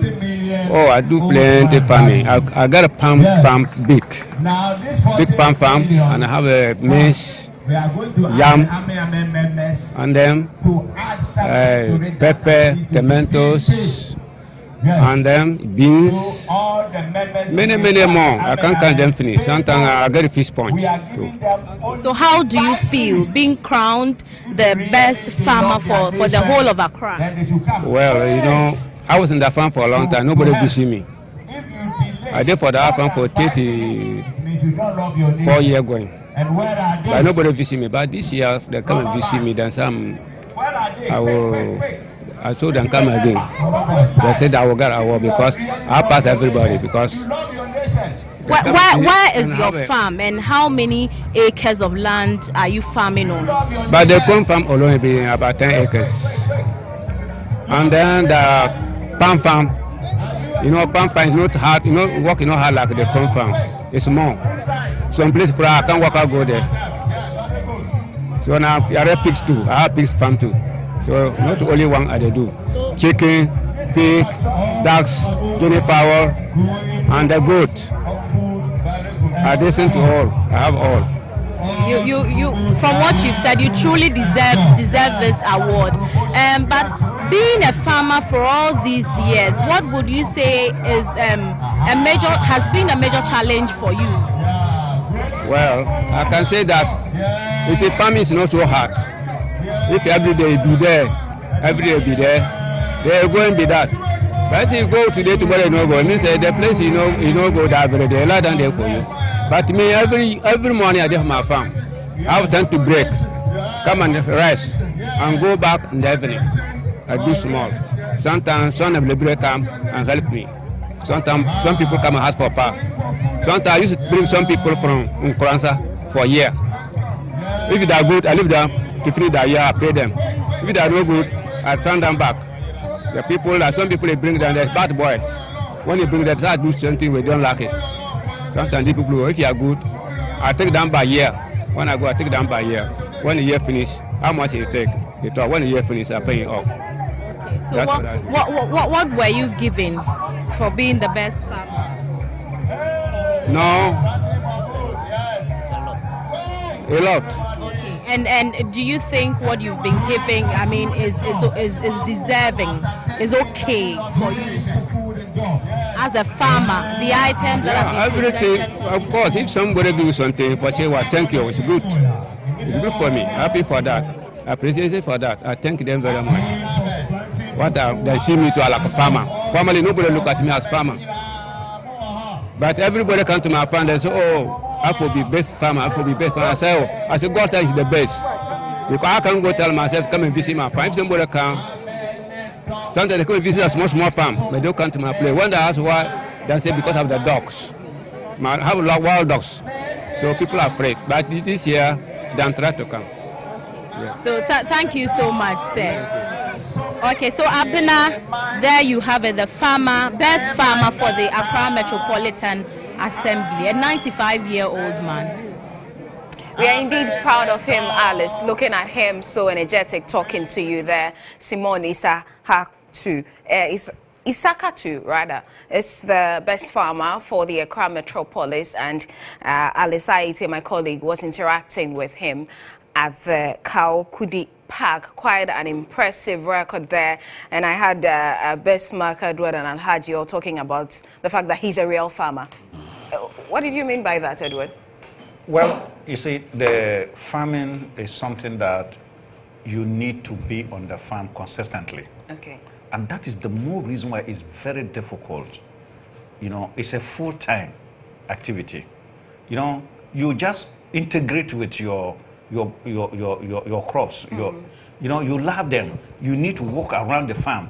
You need to see what is going on. Then you, even if you have other people help you to do the farming, you can advise, what about this particular weed? Pull it here. Okay. Do the, you know, you clean your farm daily. You interact with your crops daily. In fact, I believe that when you interact very well with your crops, you have a certain bond. Okay. You know, a certain bond between yourself and your crops. And you know, their greeny nature, you know, fuses into you, and it gives you long life, joy, and it prevents you from thinking about other negative things that normally create health problems for us. Not to talk about the fact that you have an opportunity to eat the best of food, you know, from there. And you hardly can find farmers running into many health problems, unless the farmer also engages in other practices outside. So, and with that relationship, you'll be able to fight fall armyworm when it comes to your because when the fall armyworm is coming, you will see it early enough. Okay. You know, you will see it early enough that it is coming. So you begin to take steps, and you can reduce the effect of it. And so if you do farming that you are far away from, that's where you get most of the problems. Okay. So if you look at the nature of our farmers, they are smallholder farmers. Say that their whole life depends on that. You see, that is why they can't leave the farms to do other things. And when they now have to travel long hours to look for market, to travel long hours on rough roads or carrying it, you know, it impacts so much on them. So the intervention of policy should target that aspect. And you see, one of the things is that they are indeed doing the farming as a right. We should see what they do as a right, and then we should see any assistance that goes to them as a duty. But most often than not, we hear that we are helping farmers. We don't want help. We don't do that. No. When you hear the expression, we are helping them, we are supporting them, you, the public officer, you are rendering a duty. Okay. But if it is conceived as a help is something that there's no compulsion in it. But a duty underscores some compulsion. And if you see it as a right, that you must fulfill the right of the farmer to produce the food that he or she wants to eat, to market his or her produce, you see it as a right. Then you, the one who has got the duty, that is the policy maker, would make sure that your policy is designed in such a way that to fulfill that right. But when we see our role as policy public officers, our role as instrumental, we are only supporting, then it makes us relax and think that, of course, I'm only helping. Everything should rest on the farmer. That is one of the main attitudinal approach that we have used over the years, and it did not inure to the benefit of growing agriculture. Bismarck, on the ground in Kumasi, we see the farmers have been celebrated, but today happens to be World AIDS Day, and it's kind of been merged. Looking at the rep talking about it, do you also agree that the day has been diluted, the whole celebration? Well, I think issues relating to our health too, they cannot be overemphasized. of course, as we speak about the celebration of our farmers to honor them for their services to us, you can also negate the fact that there are aspects of our health that we need to take care of. So, of course, even though the celebration is supposed to focus entirely on the family, but there's a discussion on health, I think maybe just a 2 or 1 minute acknowledgement would be fine. But if it extends, then it tends to distract the objective of the entire program. Yeah. So for me, on that level, I don't think it's a problem. But maybe Edward, the extension of time. Do you agree? Maybe, oh well, health and then the program are integrated. You know, so if it is just to, of course, we could even in future design the day to incorporate other things. Okay. And that is what we are calling for, a review, you know, a comprehensive review, because there may be the need for us to incorporate other things to it. And if we end up saying that an important health program like this or an important health issue should be attached to it, then we are making progress and we are addressing the current needs.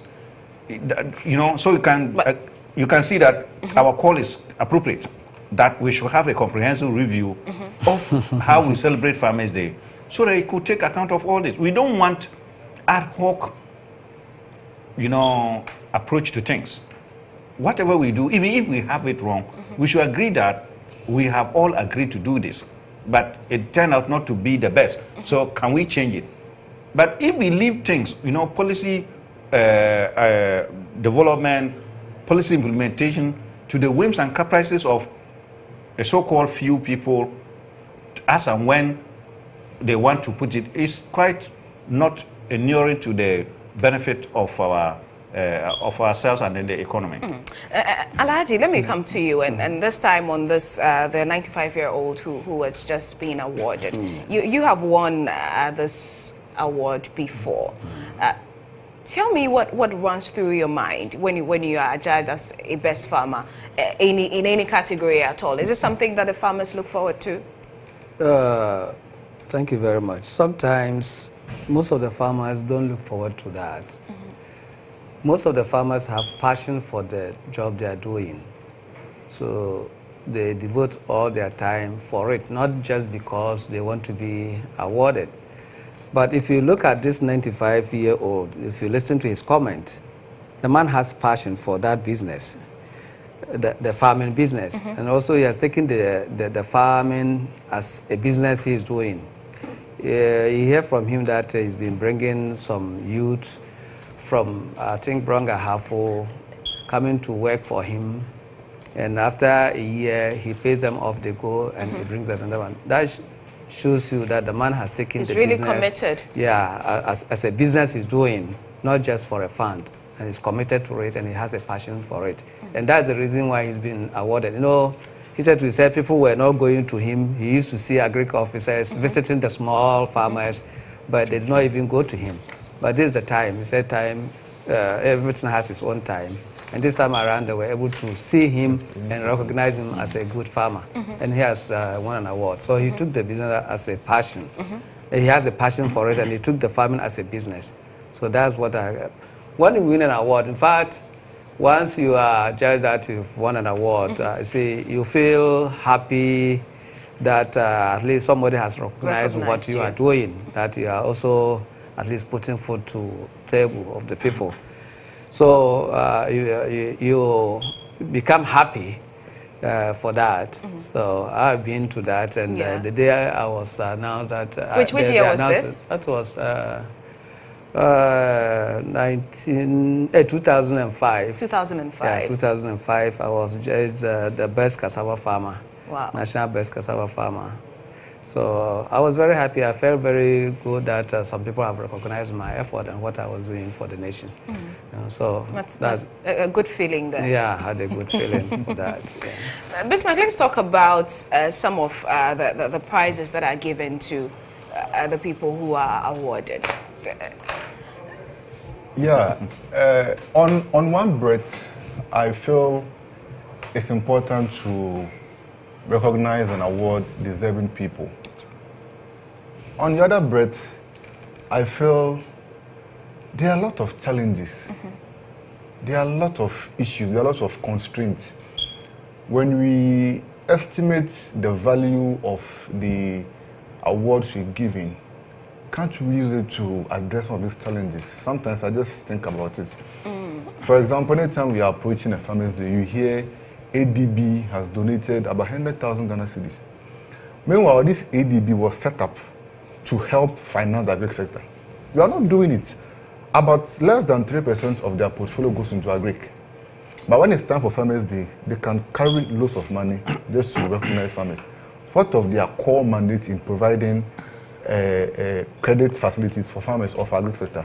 We don't do it. But what has been the challenge? What do you think is preventing them from doing that? No, because the risks in the sector is very huge, as I earlier mentioned. The risk is so huge that they are not even certain that when they put their money in, they will get their money back. And that's why we always talk about the policy on the environment being created to ensure that these risks are reduced. Because if the risks are reduced and the investor knows that when I put my money in, I'm getting something more, he or she is likely to go into it. Anytime I make the comparison between farming and maybe establishing a filling station, you don't hear anywhere that people are encouraging people to go and establish a filling station. You don't hear it, but people invest in it because they know what they will get from it. But agric, you always see on radio, on TV, the youth go into agric. It is what? Profitable. Go into agric, you get money. Why do you have to make so much noise for people to go into the sector when you've not sat down and look at how we can ensure that the challenges that are preventing people are solved? So invest a lot of money, invest a lot of time and resources on a day when we forget that there are still a lot of challenges in the sector that we've not been adequately able to deal with as a nation. Then sometimes you look at it and say, are we being ostriches where when it's time for celebration, we all come out and just sing praises. Then when the actual work starts, we all go back and hide in ourselves. Sometimes it becomes so confusing. So for me, this investment that we are getting, the awards, the prizes, the donations, you just try to quantify it and see the volumes of money that we spend on these things. Why can't we use that money to solve a particular aspect of the agricultural value chain? From the value chain, from production to production, marketing, every aspect we have challenges. There's no single part of it that you could say that, oh, as for this part, Ghana, we are good. Let's go to the next part. Every aspect you have challenges. Maybe the talking part. Let's go to Kumasi now. The Fisheries Minister Elizabeth Afoli Quay is speaking at the Heroes Park at the 33rd Farmers Day celebration. The focus of government to have a paradigm shift to make the sector business oriented and to enable it respond to the economic growth of the country. Fish is the primary source of animal protein and livelihood for most Ghanaians, particularly those residing along the coast. It is estimated that average per capita annual fish and shellfish consumption is 27.3 kilograms. This figure falls short of the 60% fish it is expected to contribute to the animal protein requirement of the country. Necessary actions are being taken to improve fish production to reduce our fish protein deficit. We utilize fish in a lot of ways to provide essential nutrients. For example, fish commonly thought of as trash fish may command little or no price in the local market, but still provides animal protein in the form of manufactured products such as fish fingers, fish powder, and fish burgers. However, poor management of our exploitation, of environmental degradation, and illegal fishing threaten the productivity and sustainability of the country's fisheries resources. Nana Chairman, Your Excellency, Mr. President, over half of Ghana's industries are located within the coastal zone, where the marine fisheries are the primary source of economic activity. The small-scale fishers sector employs 80% of fishers in the country. Majority of fishers are men, but women play an important role in the sector through fish preservation and marketing. The fisheries sector employs about 2.7 million individuals, or 10% of our population. The small-scale fisheries contribute approximately 1.1% to national GDP and generate revenue of $341 million annually. More than 60% of Ghanaians live within the coast of Ghana. The coastal regions of Ghana are particularly dependent on fisheries for their livelihoods. Mr. President, Nana Chairman, government acknowledges the importance of the fisheries sector for its contribution to food security, nutrition, livelihoods, poverty reduction, and foreign exchange revenue. The government has identified fish as a key commodity in the agriculture sector. The ministry has taken bold steps to ensure viability and visibility of the fisheries sector. We are providing an improved fish smoking ovens for the women fish processors. These Huta ovens yield products that are free from carcinogens and are being introduced to the women fish processors and all fish processors in the country. Registration of the entire fishing fleet has been undertaken. 100% maritime domain awareness has been achieved for the industrial fleets. Very soon, the semi-industrial and artisanal fleets will be covered by the vessel monitoring system. Fisheries watch committees have been set up to ensure voluntary compliance of the fisheries. Pilot watch volunteers have been completed and ready to be replicated in other communities. Mr. President, Nana Chairman, it is also worth mentioning that some fishermen, particularly from the central and greater Accra regions, have supported immensely our fight against illegal fishing. I wish to mention that our fishermen volunteers from Gomoanyanyano, from Nungwa, from Teshi, from Ada Azizanya, and from Botiano, and from Choco and other areas have really asserted themselves in the fight against illegal fishing. And I stand here to congratulate these fishers for doing a yeoman's job. It is important for our water bodies to be safe. Ghanaians must desist from desecrating the sea with plastic waste. Otherwise, we'll wake up one day to the painful realization that the perceived bottomless and monumental treasures are all gone for good. It is only when our water bodies are safe that we can invest in them and reap the benefits. I want to pay tribute to Nana Kojokondria of Elmina for standing tall in the fight against illegal fishing and also ensuring that the beach at Elmina is kept clean. You can go there and testify for yourselves. If you drop a sachet water litter, the chief, Nana Kojokondwa, will hold you to task. The ministry has substantial investments in the sector, with aquaculture being the flagship program to bridge the national fish requirement gap.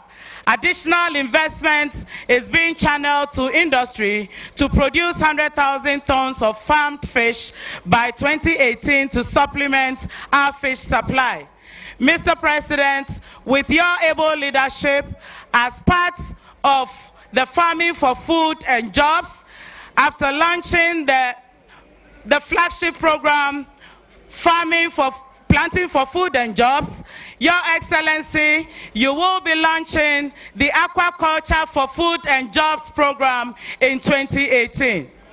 Fish feed is the single most important cost component for the fish farming business. And to improve the fish feed supply situation, the ministry has facilitated the construction of 40,000 metric ton feed mill at Akuse. This will bring the total national production of fish feed to 100,000 metric tons annually. We are in league with a private partner and a private-public partnership arrangement to roll out a nucleus aquaculture scheme involving one nuclear farmer with 250 outgrowers for the first phase. The scheme will add 30,000 metric tons of high-valued shrimps for the next 3 years and create 75,000 jobs. Nana Chairman, Your Excellency, Mr. President, the ministry has made investments in the sector and is positive this will translate into the much-needed economic growth. Fisheries infrastructure will see an improvement with the construction of landing sites in various areas along the coast and inland. I wish to once again congratulate all our gallant farmers and fishers for their immense contribution to our dear nation in terms of food security and job creation. Happy celebration of the Farmers' Day.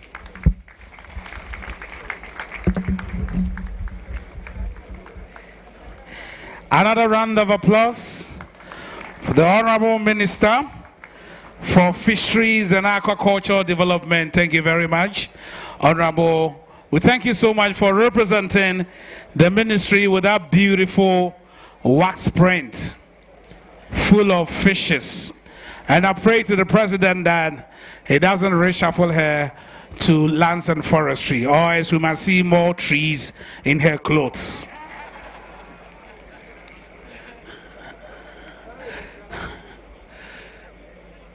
Nana Chairman, distinguished ladies and gentlemen, I'd like to acknowledge the presence of all the regional ministers here with us. The Eastern Regional Minister, Honorable Eric Kwachi-Dafo, thank you very much for your presence here. The Upper West Regional Minister, Honorable Alhassan Suleimana, we thank you very much for being here. The Honorable Regional Minister for the Volta region, Dr. Achibad Yao Lester, thank you so much for being here. The Honorable Regional Minister for Brahafo region, Honorable Kweku Asuma Treme, also here with us. And the Central Regional Minister, Honorable Kwamena Duncan, also here with us. The Greater Accra Regional Minister, Honorable Ishmael Ashti, also with us here. And the Northern Regional Minister, Honorable Salifu Saeed, also with us here.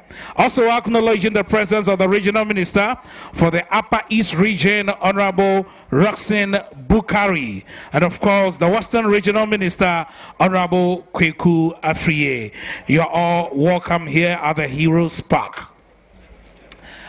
Yes, indeed, our sponsors, we thank you so much, most especially the Agricultural Development Bank. Yes, indeed, here they will be donating $100,000 for the National Best Farmer. That is a huge one. Put your hands together for the Agricultural Development Bank. And of course, the Managing Director of Agricultural Development Bank is also here to celebrate our farmers and fishers, Dr. John Kofi Mensah. Put your hands together for Dr. John Kofi Mensah.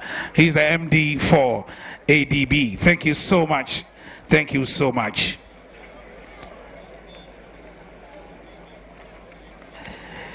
Nana Chairman, Your Excellency, I also like to acknowledge the Deputy Minister of Local Government and Rural Development in charge of Rural Development and Agriculture, also here with us, and the Deputy Minister of Agriculture, Cocoa Affairs, Honorable Kennedy Osei Nyako, here with us. The Deputy Minister of Agric Annual Crops, Dr. Sagri Bandi, also here with us. Thank you very much. And the Deputy Minister of Fisheries and Aquaculture Development is the Vice President of the National Food Development the Planning Committee, Honorable Kingsley Atu Kujo, also here with us. All right, far away. The Deputy Minister of Horticulture, Honorable George Odro, also here with us. Thank you very much. And the Honorable Kwame Asafua J, he is the Chairman for Food and Agri and Cocoa Affairs. Thank you very much. Honorable Samuel Jabin-Yelty, the Deputy Ranking Food and Agri Cocoa Affairs, also here with us. Thank you very much. So we move on. This is the 33rd National Farmers Day, right here at the Heroes Park in the Garden City. I'd like to invite the Doctor of Cocoa Affairs, Doctor of Coffee Affairs, Doctor of Maize Affairs, Doctor of Everything, Doctor of Food and Agriculture. Distinguished ladies and gentlemen, shall we welcome the Minister of Food and Agriculture, Honorable Dr. Owusu Afriye Akoto.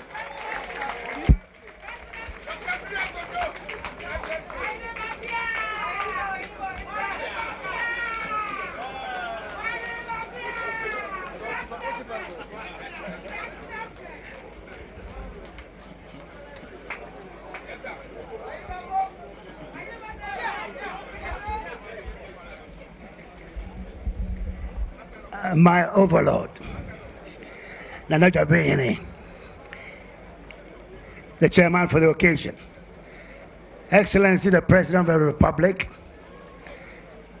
fellow ministers, honorable deputy ministers of state, members of parliament, members of the diplomatic corps, Nananum, heads of religious bodies and organizations, our most esteemed farmers and all our award winners, representatives of the food and agriculture organizations, representatives of development partners, directors of staff of the Ministry of Food and Agriculture and the Ministry of Fisheries and Aquaculture Development, members of the National and Regional Planning Committees for the National Farmers Day, friends from the media, distinguished guests, ladies and gentlemen.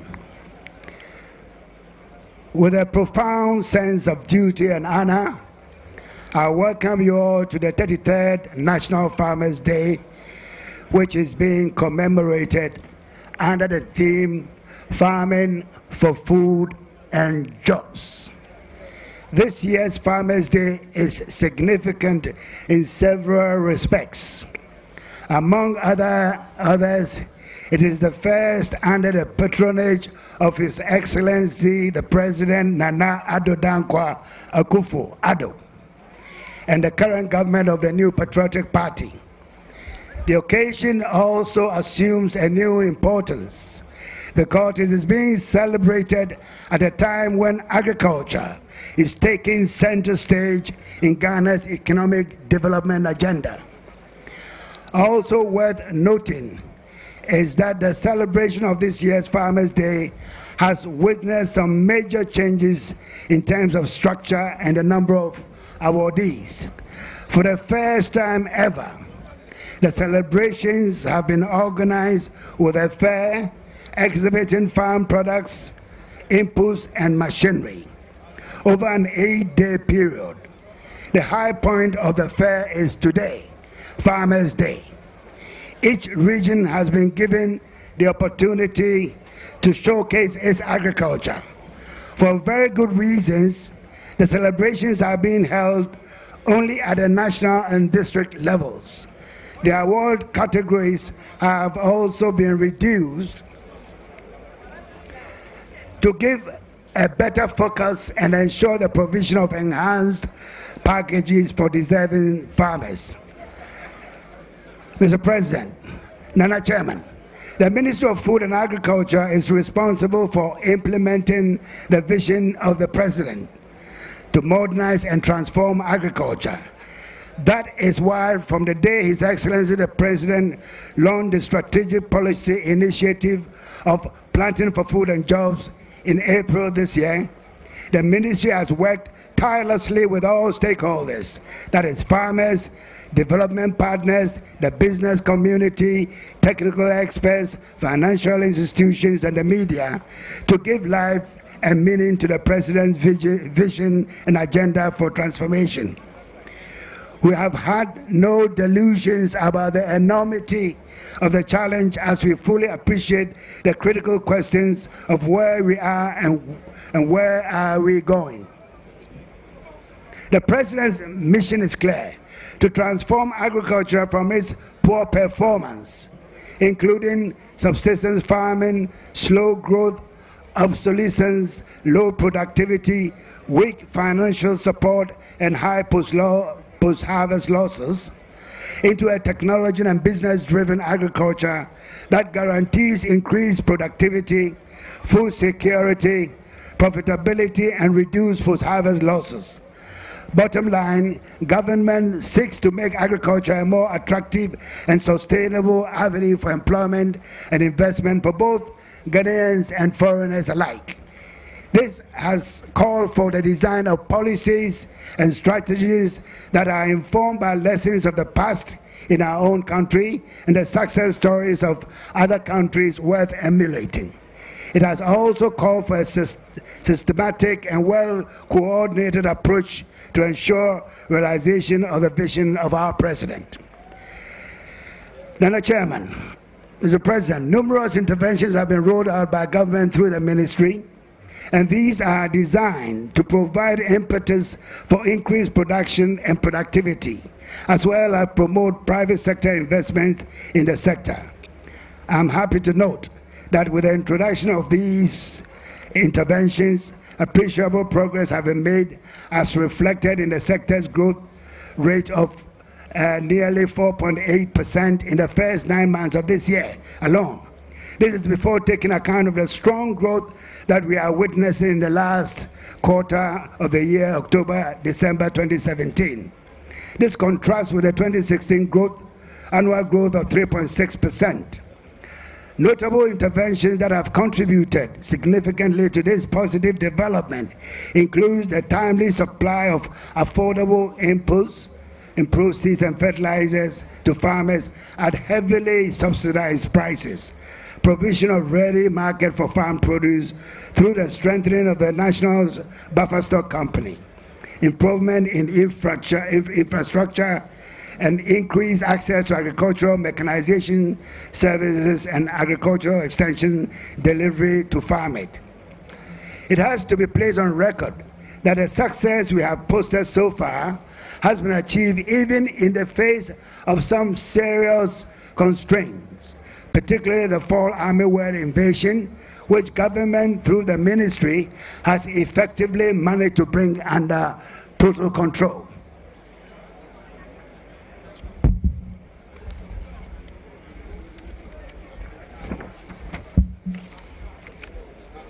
In the coming year, 2018, Mr. Chairman, there's every reason to be optimistic that the agricultural sector will build on the foundation laid in 2017, since we are going to have a full year of implementation of the Planting for Food and Jobs program, which is designed to take Ghana to another level.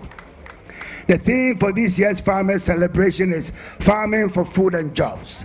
This tells us what to expect as we move forward. The ministry will, in addition to the 5 crops supported in 2017, adopt cassava and groundnut production in the 2018 campaign. We shall also step up support for livestock and poultry production, small-scale irrigation development, and increase mechanization services, in particular to small holdings. And we are targeting from 200,000 farmers, as we did in 2017, 500,000 farmers, 500,000 farmers in the coming 2018. These programs come with inherent opportunities, for most of which will find expression in the development of the agricultural value chain. Another important piece of good news which I had occasion to share with the people of Ghana on Thursday this week is the lifting of the ban by the European Union on the export to the EU countries of 5 selected vegetables produced in Ghana. We have worked tirelessly since we came into office in January to ensure that this ban is lifted this year, at the end of the year. And this ban had been in place since 2015, and the conditions for lifting the ban had been defied by the authorities at the time, and it's taken us to come within a matter of 9 months to work so hard to get the ban lifted. One is tempted to believe that there was some divine intervention given the timeliness of the lifting of the ban and the great opportunity it presents to our farmers and the country as a whole. Most significantly, Mr. President, Nana Chairman, government through the 2018 budgets has demonstrated its unwavering commitment to prioritize the transformation of agriculture as a catalyst for accelerated economic development. The highlights of the budget lend credence to this claim. The expected recruitment of 2,700 extension agents to support the planting for food and jobs, the planned increase in the production of selected crops for food security and job creation, the removal of duties and agro-processing and manufacturing equipment and machinery, the implementation of a grant funding facility for agro-business startup, and the e-agriculture.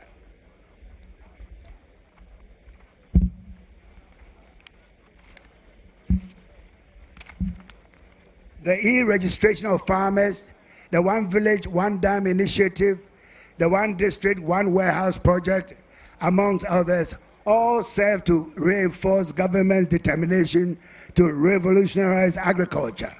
We at the Ministry of Food and Agriculture are poised for action to provide leadership and technical support and direction to ensure significant achievement for the agricultural sector. Clearly, these are exciting times for the agricultural sector, and everything possible will be done to exploit the enormous potential the sector presents for accelerated national development. Now, Chairman, I invite you all to come on board to support the efforts and the mission of government towards realization of its goals and objectives. In this respect, I have appeared before the National House of Chiefs here in Kumasi to appeal to Nananam to establish their own farms. One chief, one farm. I made a similar appeal to members of Parliament when I appeared before Parliament only yesterday. We have launched the school SHS component of the campaign at Ukrapiman SHS in September this year, and plans are well advanced to launch both the urban and tertiary education components of planting for food and jobs. So you see, Mr. Chairman, we are on our way to engage all sections of society in this massive effort by the government of the New Patriotic Party to turn around the fortunes of agriculture, to transform the sector and lead it in transforming the economy of this country. I wish to take this opportunity to thank all our stakeholders, particularly our development partners, for their invaluable support during the year. We are very grateful, and we eagerly look forward to greater collaboration in the years ahead. To all corporate entities and individuals who have contributed by way of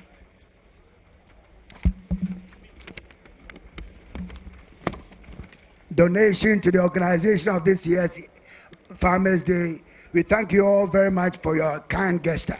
I wish you a happy Farmers' Day celebration, and may God richly bless us all. Thank you. Thank you very much. One chief, one farm. One MC, one farm. The Honorable Minister of Food and Agriculture, Dr. Owusu Afriyie-Akoto, thank you very much. That is so wonderful. Your Excellency, Nana Chairman, I'm sorry if I'm whining, but I'd like to introduce the Deputy Minister of Trade and Industry, Honorable Ahomka Limse, also here with us. Yes, thank you very much. Hope I'm not whining too much. It's in order. I'd like to acknowledge the Minister of Aviation, Honorable Cecilia Dapa, also with us here. Thank you very much, Honorable. And of course, the Deputy Western Regional Minister, Honorable Gifty Kusi, also with us here. We thank you very much, Honorable. Yes, over the past 1 week, she's been working very hard here, going up and down. The Deputy Ashanti Regional Minister, Honorable Elizabeth Ajiman. We thank you very much for that hard work. Yes, I saw the sweat, and we thank you so much. And of course, the Deputy Minister of Local Government and Rural Development, Honorable Collins Intim, also here working so hard for the success of the 33rd National Farmers Day. Any moment from now, we shall welcome His Excellency the President of the Republic, but we have 2 other items. Yes, the Amamreso Agofoma, if you're ready. Before I invite you, I also like to acknowledge the Chairman of Ghana at 60, also celebrating with us here, Chairman Ken Amankwa. Thank you very much, Chairman. You're welcome. Of course, the Director General of FAO, Bukari Tijani, also here with us. Thank you very much. Yes. The Deputy Minister of Works and Housing, the MP for Subin Constituency, Honorable Eugene Enchi, also here with us. Thank you very much for giving us this space. The Honorable Deputy Minister of Lands and Natural Resources, Honorable Benito Ousu Bio, aka the Deputy Minister of Galamsey.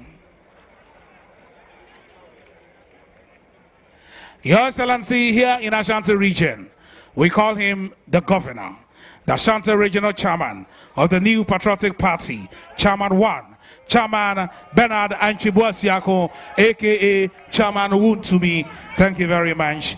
Right here. The Amabraso Agofoma from the Center for National Culture give us a display.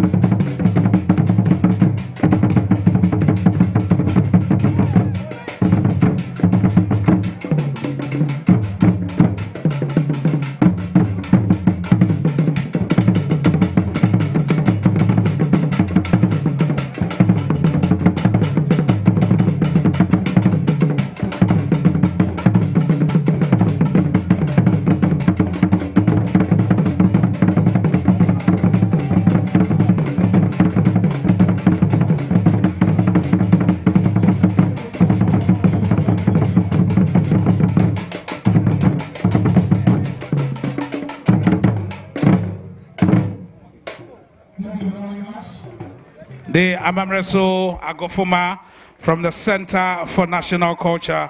We thank you so much. Culture that is so beautiful. Well, lastly, I'd like to acknowledge the Deputy Minister of Science and Environment, Honorable Patricia Apiaje, MP for Asokwa constituency. Thank you very much, Honorable. And of course, the Chief Executive Officer of the Kumasi Metropolitan Assembly, Honorable Osei Asibe, NG, also here with us. Thank you very much. Well, the leader and the founder of UPP, Mr. Akwesi Ade Odike, also with us here. We thank you so much.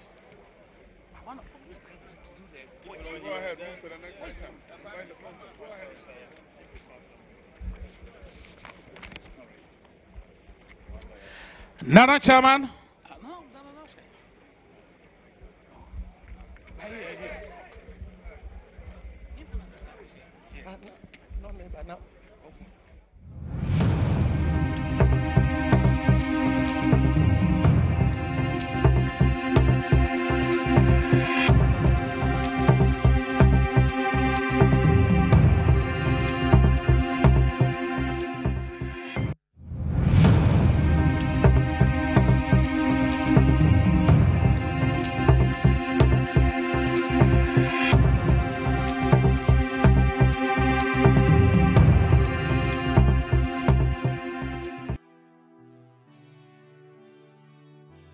The challenges facing the contemporary youth is no different from that of the generation before us.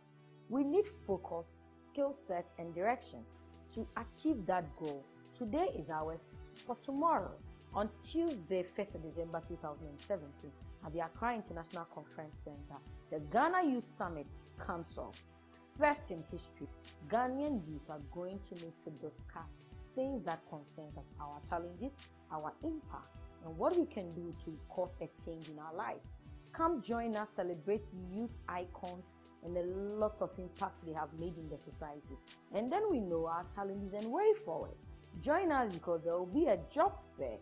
Come achieve something better for your future. I'll be there. Be there too.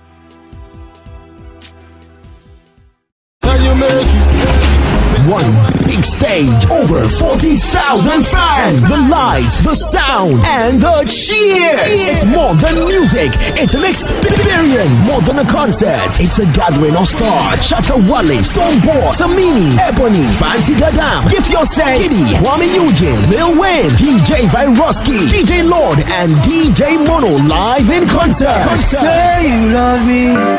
The venue, the Ghana Post GPS, GA 1118662. Download the app and locate the venue. That's GA 1118662. 1st December 2017. Come experience music like you've never been before for a cool 10 Ghana cedis only. The gate open from 6 p.m. sharp. S Concert is powered by Star 103.5 FM with support from Storm Energy Drink, Power Papa, Express Savings and Loans, Ghana Post GPS, Accra City Hotel, Hotel Limited, with media partners Live FM, GH1 TV, Ago TV, Kasapa FM, Daily Heritage, Ago FM, Ultimate FM, Ebusia FM, and Empire FM. The S Concert Neon Edition, a night with the real stars.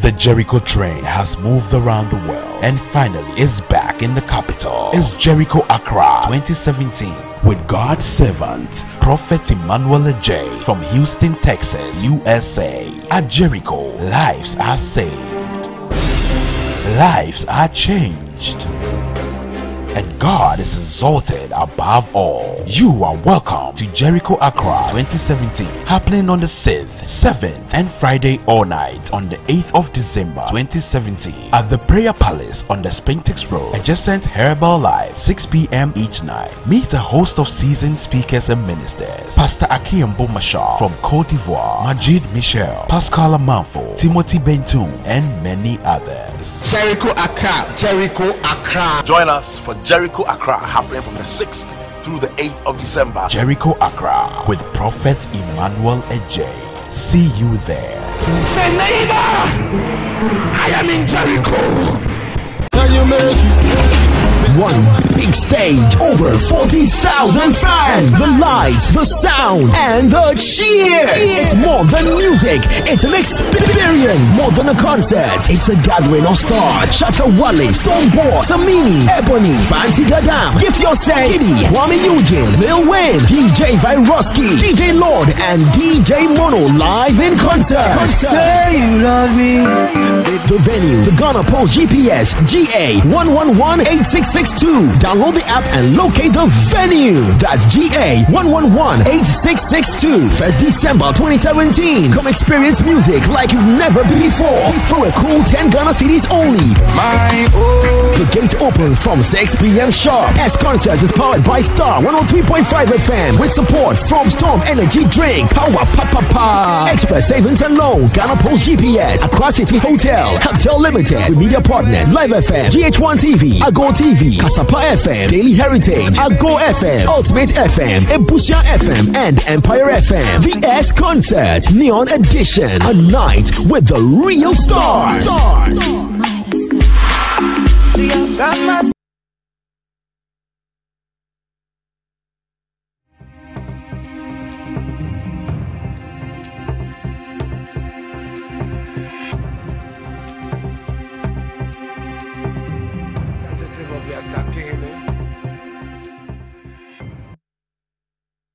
Ministers present, Minister for Food and Agriculture, Minister for Fisheries and Aquaculture, Minister for Local Government and Rural Development, Minister for the Interior, Minister for Aviation, Minister of State for Food and Agriculture, the Chairperson of the Planning Committee, Deputy Ministers for Food and Agriculture, Ministers of State, Regional Deputy Ministers of State, Members of Parliament, Kumasi Metropolitan Chief Executive, traditional rulers, members of the Diplomatic Corps, esteemed farmers, fellow Ghanaians, ladies and gentlemen. As the saying goes, if you ate today, thank a farmer. So we know we have to thank farmers every day. But the first Friday of December is put aside to celebrate our farmers and say a special thank you for feeding us every day. I'm glad to be here and be part of the recognition that we give to all our farmers, all the participants along the agricultural value chain.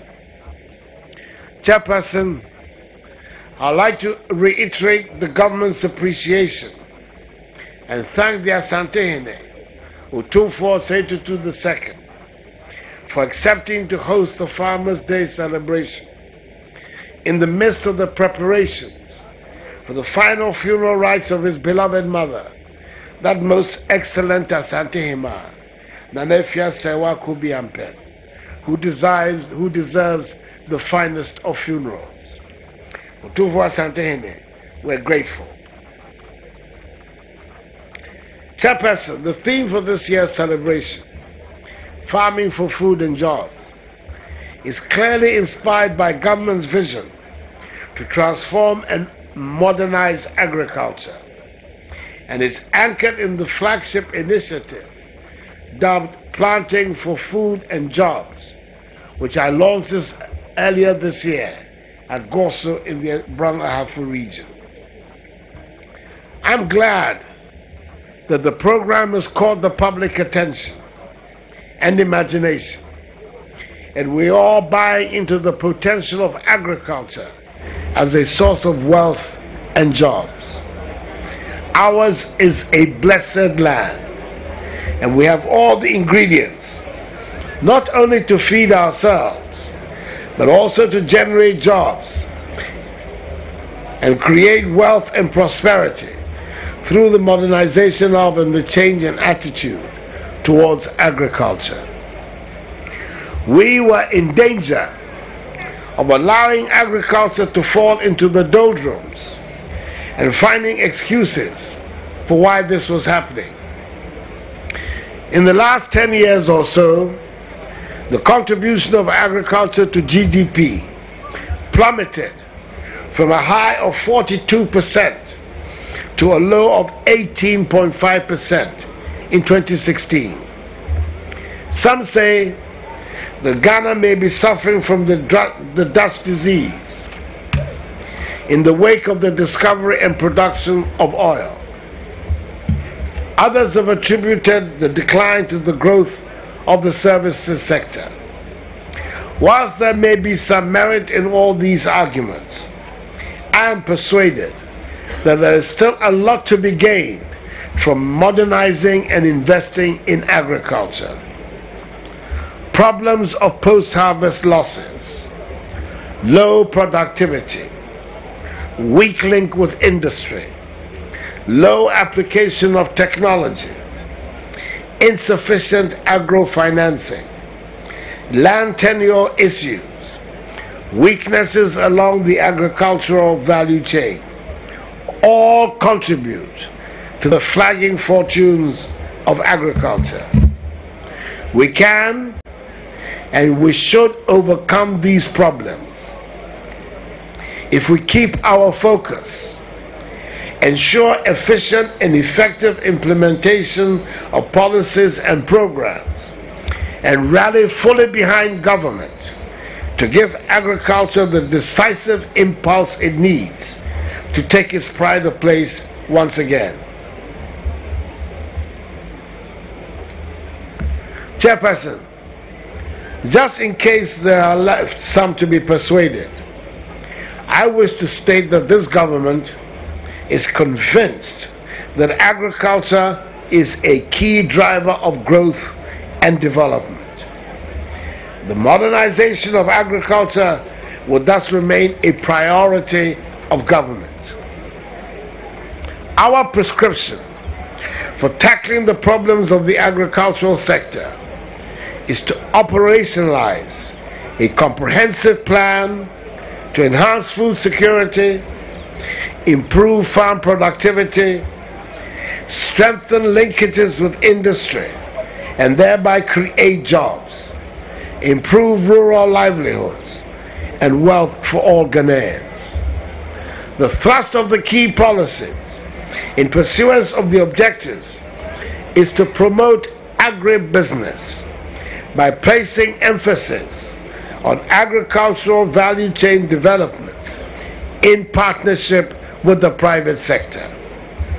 We believe this is the way to transform Ghana's agriculture as we target to move from subsistence to a business-centered approach to agriculture.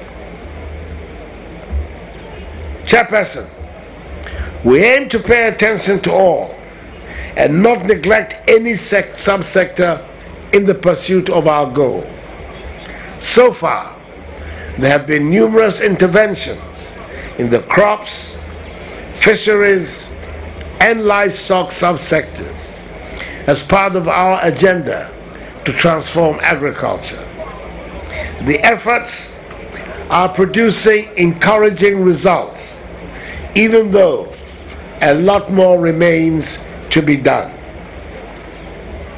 The crop sector, which is the key driver of growth of the agricultural sector, has this year benefited from various interventions through the program for planting for food and jobs.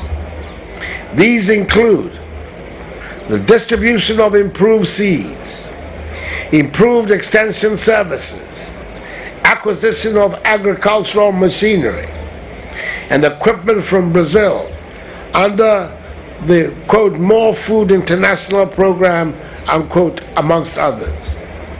Most of these equipments are being used in diverse ways along the agricultural value chains, which include land preparation, seeding, crop protection, harvesting, and primary processing. I am pleased to learn that farmers and operators are being trained to acquire the requisite knowledge and skills to operate the machinery professionally. Linked to this, the Ministry of Food and Agriculture has established 2 agricultural mechanization training centers at Wenchi and Adidome with funding support from the government of Japan. This is to prolong the lifespan of the equipment, to ensure their optimum use and benefit to farmers. Chairperson, in line with government's target of promoting all year-round cropping, preparatory activities are ongoing to implement the One Village, One Dam agriculture development agenda. I can report the 320 small dams and dugout sites in 64 districts in the northern part of the country have been earmarked for development.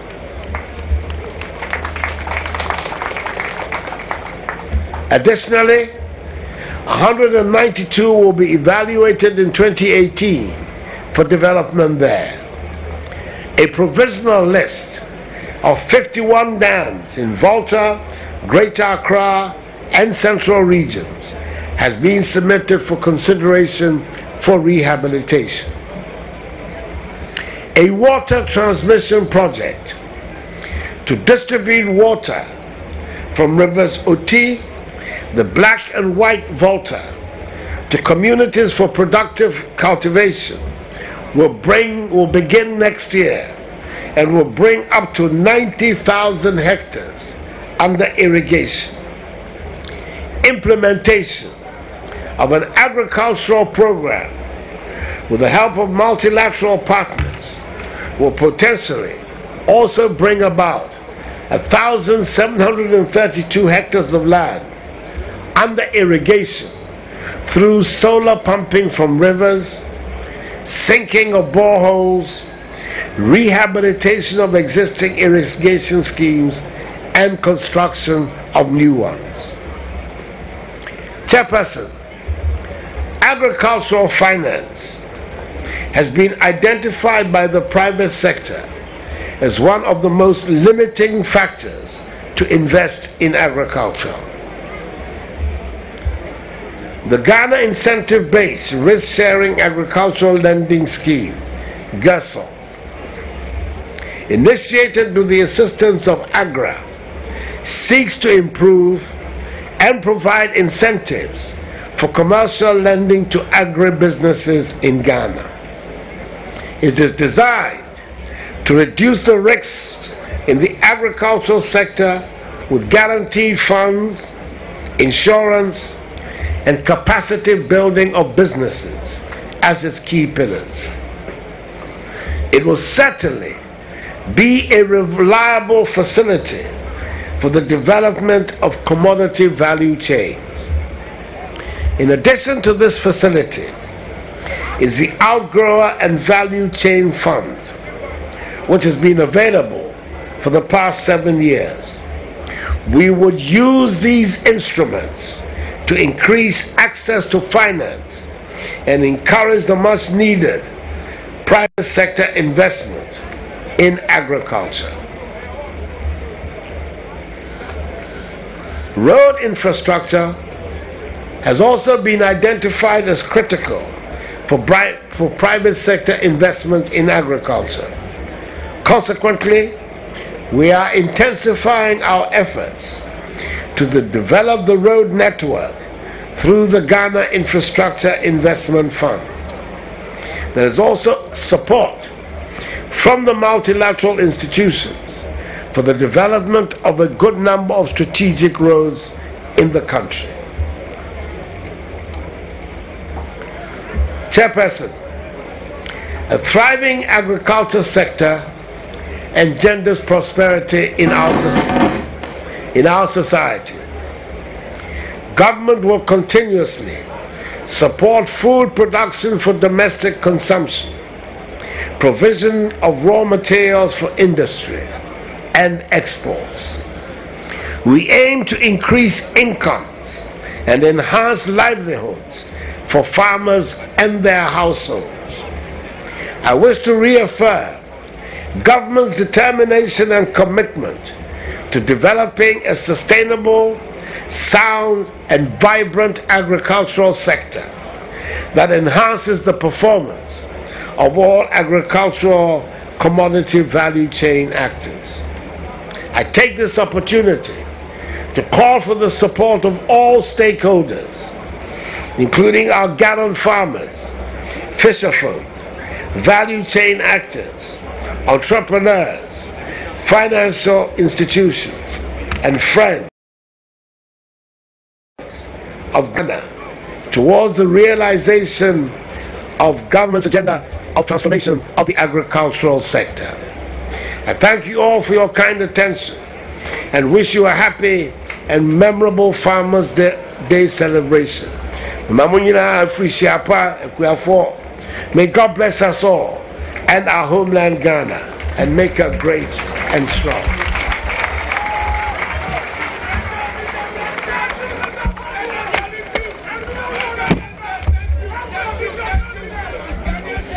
Another big one for His Excellency the President of the Republic, Nana Addo Akufo-Addo.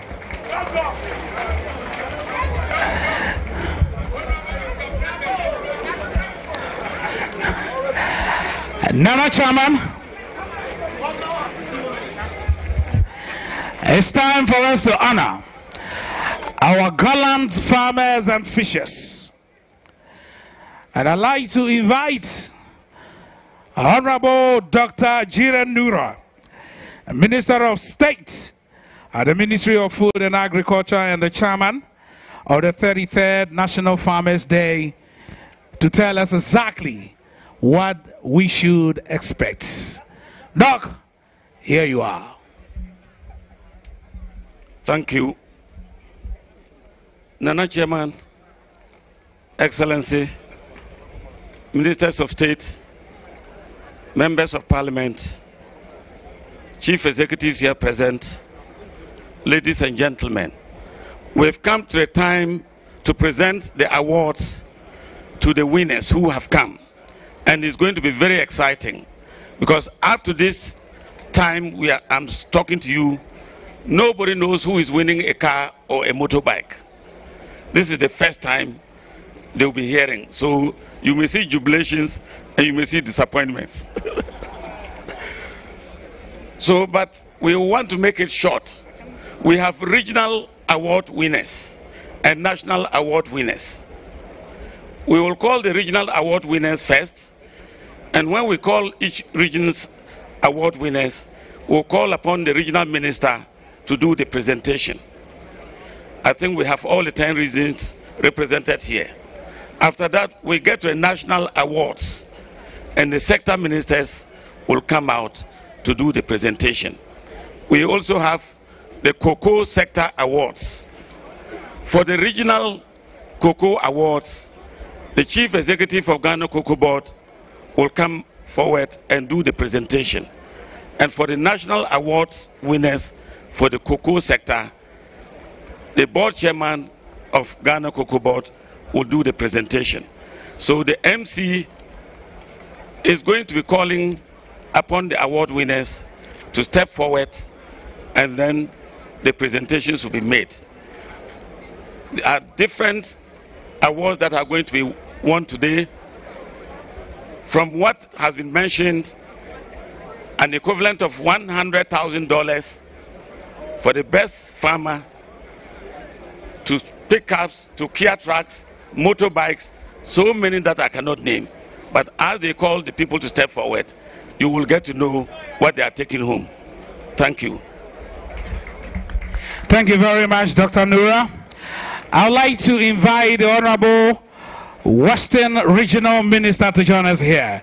The Honorable Western Regional Minister, Honorable Dr. Kweku Afriye. Yes. They say the best come from the West. So the best agric extension agent from the Western region, Harrison Alima. Harrison Alima from Sahi and Kontomra. Sahi and Kontomra. He will be followed by the best fisher, John Tete Ewua from Sekendi. Harrison Alima from the Western region. Okay. And then the second runner-up. Yes. Are we safe? The second runner-up, Nana Abusa Mensa from Bodi.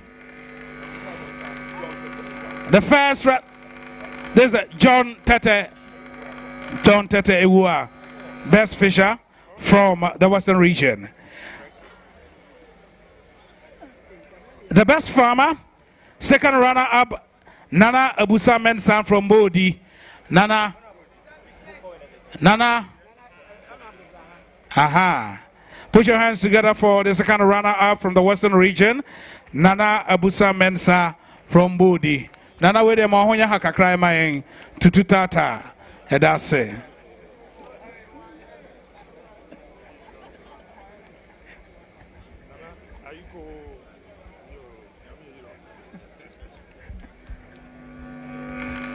Nana yamu.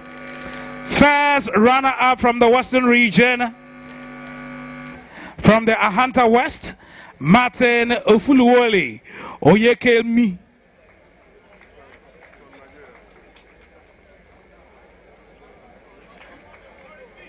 Martin Ofuluwole Oyekemni from the Western region, Ahanta West.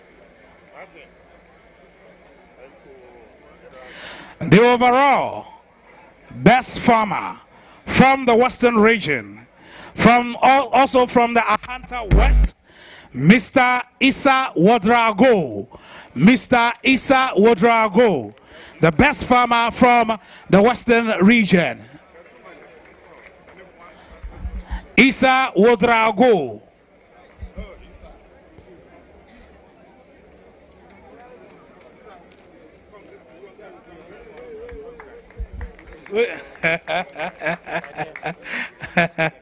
Thank you very much, and thank you very much, the Honorable Western Regional Minister. We thank you very much. You can now take your seat.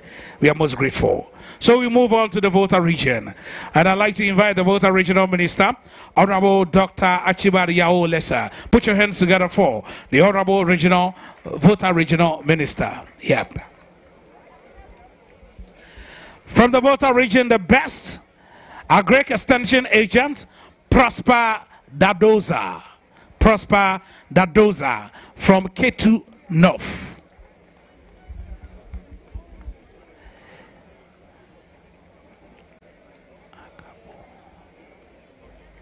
All right, congratulations. Best fisher from the Volta region, Samuel Akagbo. Samuel Akagbo. Samuel Akagbo from Abotoase, best fisher, Volta region. Abotoase in the Volta region. The second runner-up, best farmer, second runner-up, Volta region, Alhaji Sule Yaya. Alhaji Sule Yaya. Alhaji Sule Yaya from the Volta region, second runner-up, best farmer from the Volta region. And the first runner-up from the Volta region, from Jasikan, Smiles Adu Poku. Smiles Adu Poku, first runner-up. Give me some smiles. Yes, give me some smiles. Nice one. Smiles Adupogu from Jasikan, the first runner-up. Put your hands together for Smiles. The best farmer from the Volta region. Best farmer from the Volta region. Ibrahim Insien Kenuta. Ibrahim Insien Kenuta. He's the best farmer from the Volta region. Thank you very much. Best farmer from the Volta region. So thank you very much, the Volta Regional Minister. Thank you very much for your presence here. We thank you so much. We move on to the Central Region. Central Region, I'd like to invite the Central Regional Minister, Honorable Kwame Duncan. If you're here, join us here. The Honorable Regional Minister for Central Region, if you're here, Honorable Kwame Duncan, or the Deputy is also here. Okay. Yeah. So the Deputy, all right. Thank you very much for doing this run. All right. Honorable colleagues in team, thank you very much. So the best agric extension agent in the Central Region from Heyman Lower Dentura, Richard Kinsley, or Richard Kinsley. The best extension agent, agric extension, Upper Dentura. From the Central Region, best fisher goes to Kweku Eshen from Apam. Best fisher, Kweku Eshen from Apam. Kweku Eshen from Apam. Where is Kweku? Are you still fishing? This is the Garden City. There is no sea here. Kweku Eshen. All right. Best fisher from the Central Region. Best fisher from Apam. A young guy in charge of tilapia affairs. Thank you very much. The second runner-up Central Region best farmer from Asin South, Mr. Isaac Donko. Second runner-up best farmer Central Region, Isaac Donko. Put your hands together for Mr. Isaac Donko, Central Region.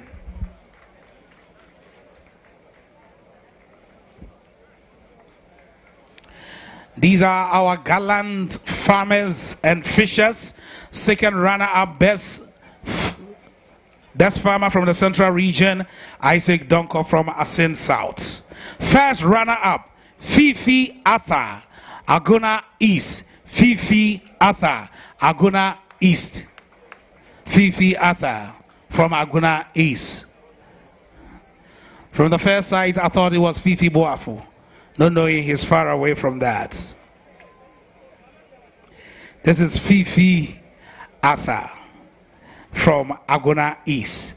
The best farmer from the Central Region, Robert Anyan from Asin South. Put your hands together for Robert Anyan from the Asin South District. Best farmer, Central Region. Best farmer, Central Region. Robert Anyan, Asin South. Thank you very much, Honorable Policy Team. Thank you so much. So we move on to the Greater Accra region, and I'd like to invite the Honorable Ishmael Ashite, the Greater Accra Regional Minister, to do us the honors. Put your hands together for the Greater Accra Regional Minister. As we invite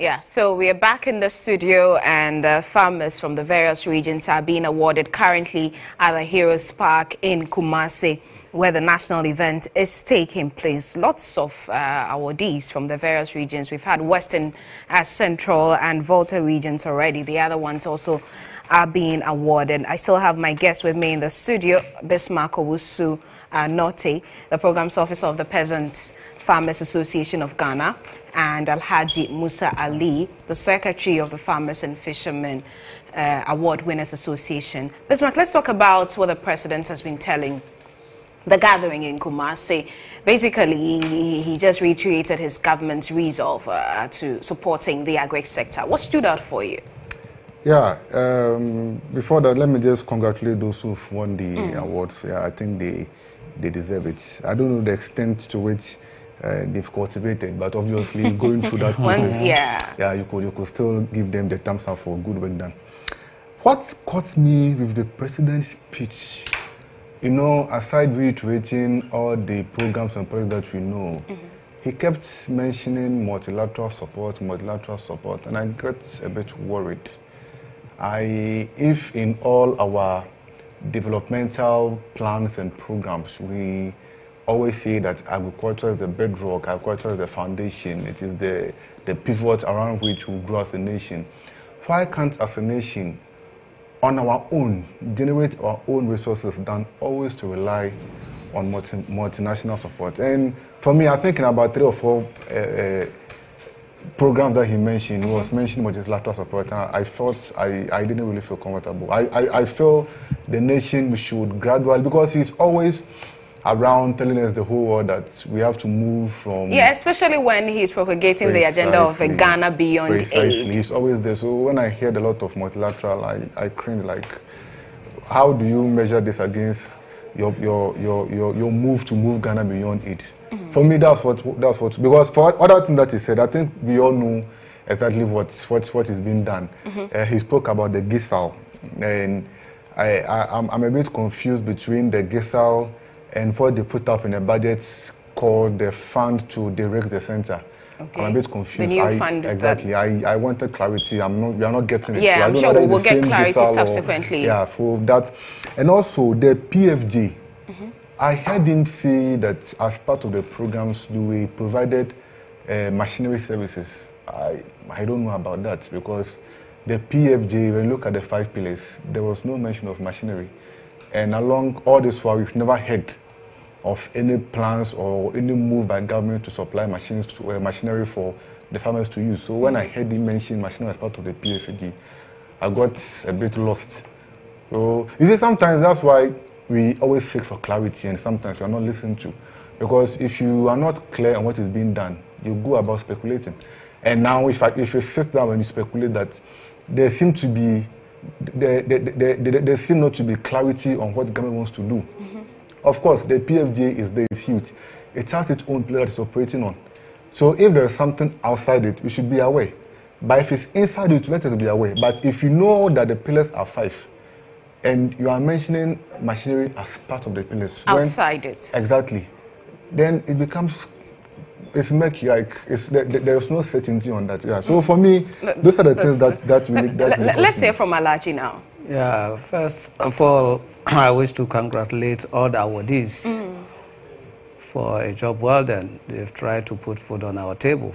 You were talking about the one who won for the Central Region. Yeah, awardees, all the awardees. Yeah, all the awardees. Okay. And good talk from the president. And we've been hearing this talk for the past government, during the farmers, they roll out good programs, but implementation is a problem. So all what he has said, if he's going to implement them, as he has mentioned, then things will work well for all the farmers.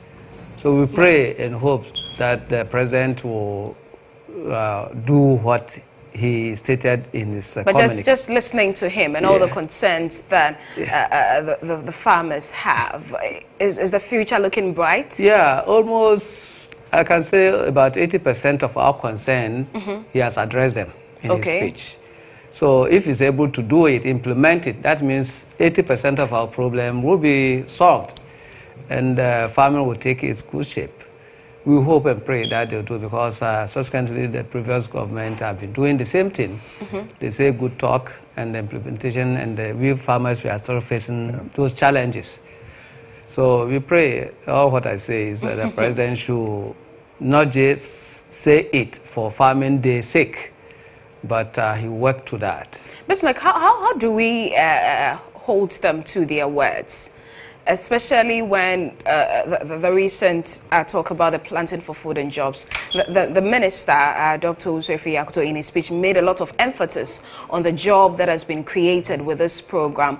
And on the grounds, people feel, okay, we are not seeing this. So how do we hold them to check? Yeah, good question. You know, when this program even started, that's the Plant for Food and Jobs, there was no guiding document to guide the implementation of the program.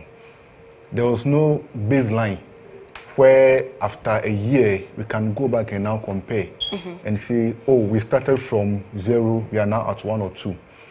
And unfortunately, it cuts across almost all sectors of the country where our plan as a nation in terms of having adequate data is a big challenge. So it becomes difficult to measure the success or failure of a program of intervention because you don't even have the basis to even measure it. I remember very well the minister was very emphatic when he said that the data that we rely on for our agricultural figures, they are outdated. The last time we carried an agri census was about 20 years ago, so that was quite a long time. And so he promised very vividly that for this year we are going to have what we call the agri census. It's something that has been on the cards for the past 5 or 10 years, but no government has been able to actually do it. And we're just a month to We've go. always been saying it, we will conduct agri census, but we've not seen the road. So for this year, he was very emphatic about that to happen this year. So we are expecting that something should happen, but unfortunately nothing happened. Even for the planting of food and jobs, as part of the strategies to roll out the program, we're supposed to be a database where all farmers who are recruited to the program will be captured in the database. That hasn't been done. So the figures that we are supposed to rely on are the figures that are provided by the district agriculture officers. Whether those figures are reliable or not is another issue for discussion. So because of that, it becomes difficult to even measure the success or otherwise of a program. For example, the program is estimated to create about 750,000 jobs ahead. Now, how many jobs can government say that based on a program they've been able to create? We can't get a figure. All what we know is that about 827 extension officers have been recruited. Aside that, the indirect jobs and the direct jobs that the program is supposed to create, it's difficult to get that information. So it becomes difficult to measure the success of something, especially when you don't have those indicators to just look up to. And that is where I feel CSOs should play a lot of role. Of course, as peasant farmers, we are on our own trying to measure the success of this program by establishing a baseline and then measure it for a period of time to see whether indeed we've made some progress as a nation. But what would you recommend? How would you rather government go about this? Because it's already been started. Yeah, I think first and foremost, you can't joke with your data. As a nation, our approach to data has been horrible. And until we do something about it, we will just keep on speculating or just guessing figures, which is what we do even if our current employment situation. We just guess that there are about 400,000 unemployed people, but we don't have actual data. We don't have the information about these people that we're talking about. So until we start from there, where government as a matter of agency identifies that data is so important. So let's do this agricultural census that we've been postponing for the past 5 or 10 years. Let's get the basics right. Let's know as a nation how many smallholder farmers do we have? How many large-scale farmers do we have? How many middle-scale farmers do we have? The crops, what's the yield that we produce as a nation? So that we're able to measure. So that you could say that maybe last year our productivity for maize was maybe 2,000 tons. But because of PFG, this year we are doing 5,000. Then you can measure and say, because of the intervention, we are doing a 3,000. But now you can't do that. So the minister can just sit and just speculate that this year there's increased productivity when you cannot even actually measure it. So it becomes, until we as a nation pay attention to keeping such information, keeping records, data, doing adequate research, we will always be sitting down here and just talking and speculating about figures. But actual fact, people on the ground don't see it. And I would also urge the media to send the reporters around to actually get the so-called or the called beneficiaries of those various interventions. Because when government makes a statement that you've created jobs, you've created this number of jobs for this number of people, let's see those people. Because sometimes they are just in the books, but on the ground, you can't find them. So maybe we can all collaborate together to ensure that we're able to really identify that the progress is being made. Alhaji, let me come to you. What will make the lives of your members better, like the ordinary farmer better? Yeah, I feel government has to create an environment for the whole farmers in the country. First and foremost, I will suggest that FBOs should be strengthened. you see, depoliticize the farming activities or the business of farming by strengthening the FBO, farmers-based organization. Then almost everything government is doing for the farmers should channel through the FBOs. So they will know, like my friend here, will know the peasant farmers, I will know the award winners, the other man will know the Gawu people. So if it's fertilizer, they give it to the FBO, strengthen them, give them some logistics, they should be able to know their members and do it perfectly, supply them. In terms of chemicals, they can do it very well. And also the funding.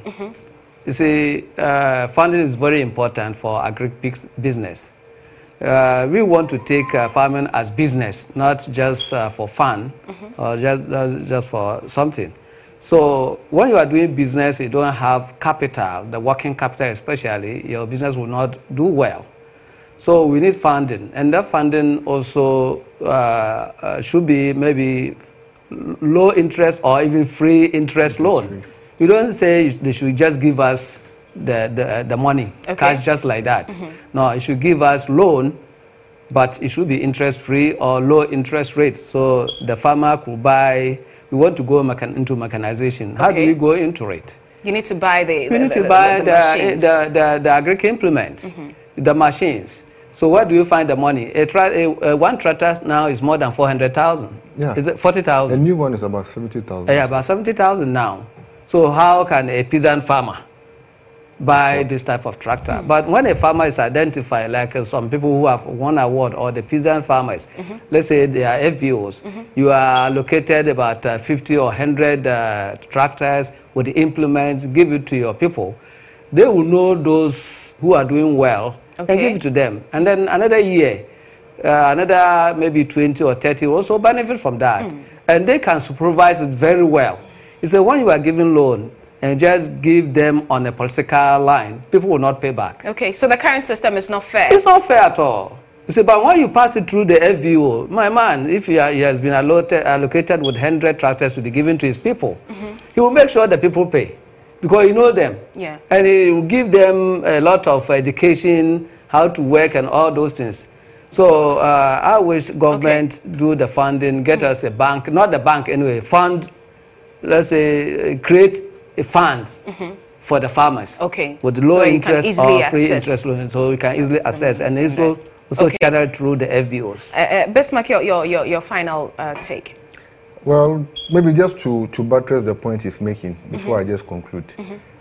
Even with this plenty of food and jobs, for example, where he advises that government can channel through the FBOs.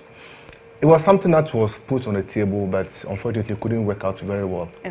And so it has to be done through the various districts, departments for agric. And unfortunately, it was being manipulated. Are those departments functioning at all? That's another discussion for another day. The departments of agric, in fact, due to our decentralization, we've now moved the agric at the local level under local government sector. So at the national level, MOFA is just responsible for policy formulation and they oversee the implementation of programs. But when you go to the district level, it's under the local government ministry. And when you go there, they even seem detached from the local government. So there's no effectiveness in collaboration in terms of working well. And it's a huge challenge. That's for another discussion. But we try to, as I initially said, try to get that collaboration right. It didn't work out well. Then at the district level, they are under the manipulation of political figures. And it's causing a lot of challenges. The DCs, the MPs, the assembly members. It's causing a lot of problems. You know, when food soldiers or party faithfuls feel their party is in power, they feel that you also have to take a bit of the cherry or whatever is being shared. So when they see this intervention, they see them as also a payback time for them. So when they go for these things, they refuse to pay back.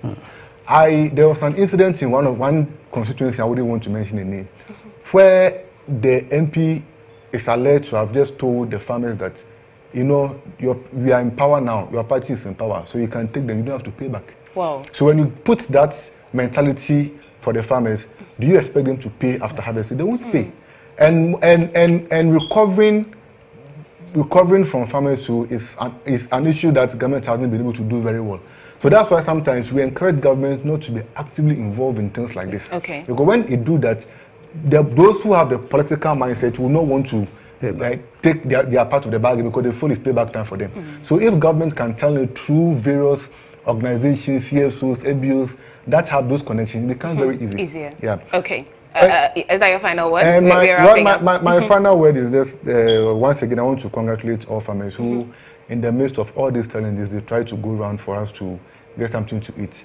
I would hope that in the next years to come, basic food that we can cultivate in this country, our maize, our tomatoes, our onions, and even fish, we stop importing them so that we can rely everything here locally. Thank you very much. And that's Bismarck Owusu-Nortey, and he's Programs Officer of the Peasant Farmers Association of Ghana, and also to you, Alhaji Musa Ali, the Secretary of the Farmers and Fishermen Award winners. Earlier, we were with Edward Karuwe, the General Secretary of the General Agric Workers Union. This has been our coverage of the 2017 National Farmers Day event, and we'll have to make way for the next program.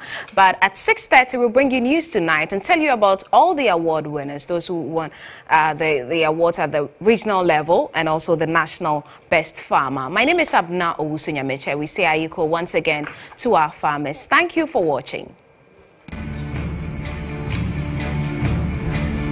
A difficult year on a particular group. A team of marauders appeared out of nowhere. Farmers were at the receiving end as armyworms swept through fields and destroyed hectares of farms. Farmers are still counting their losses.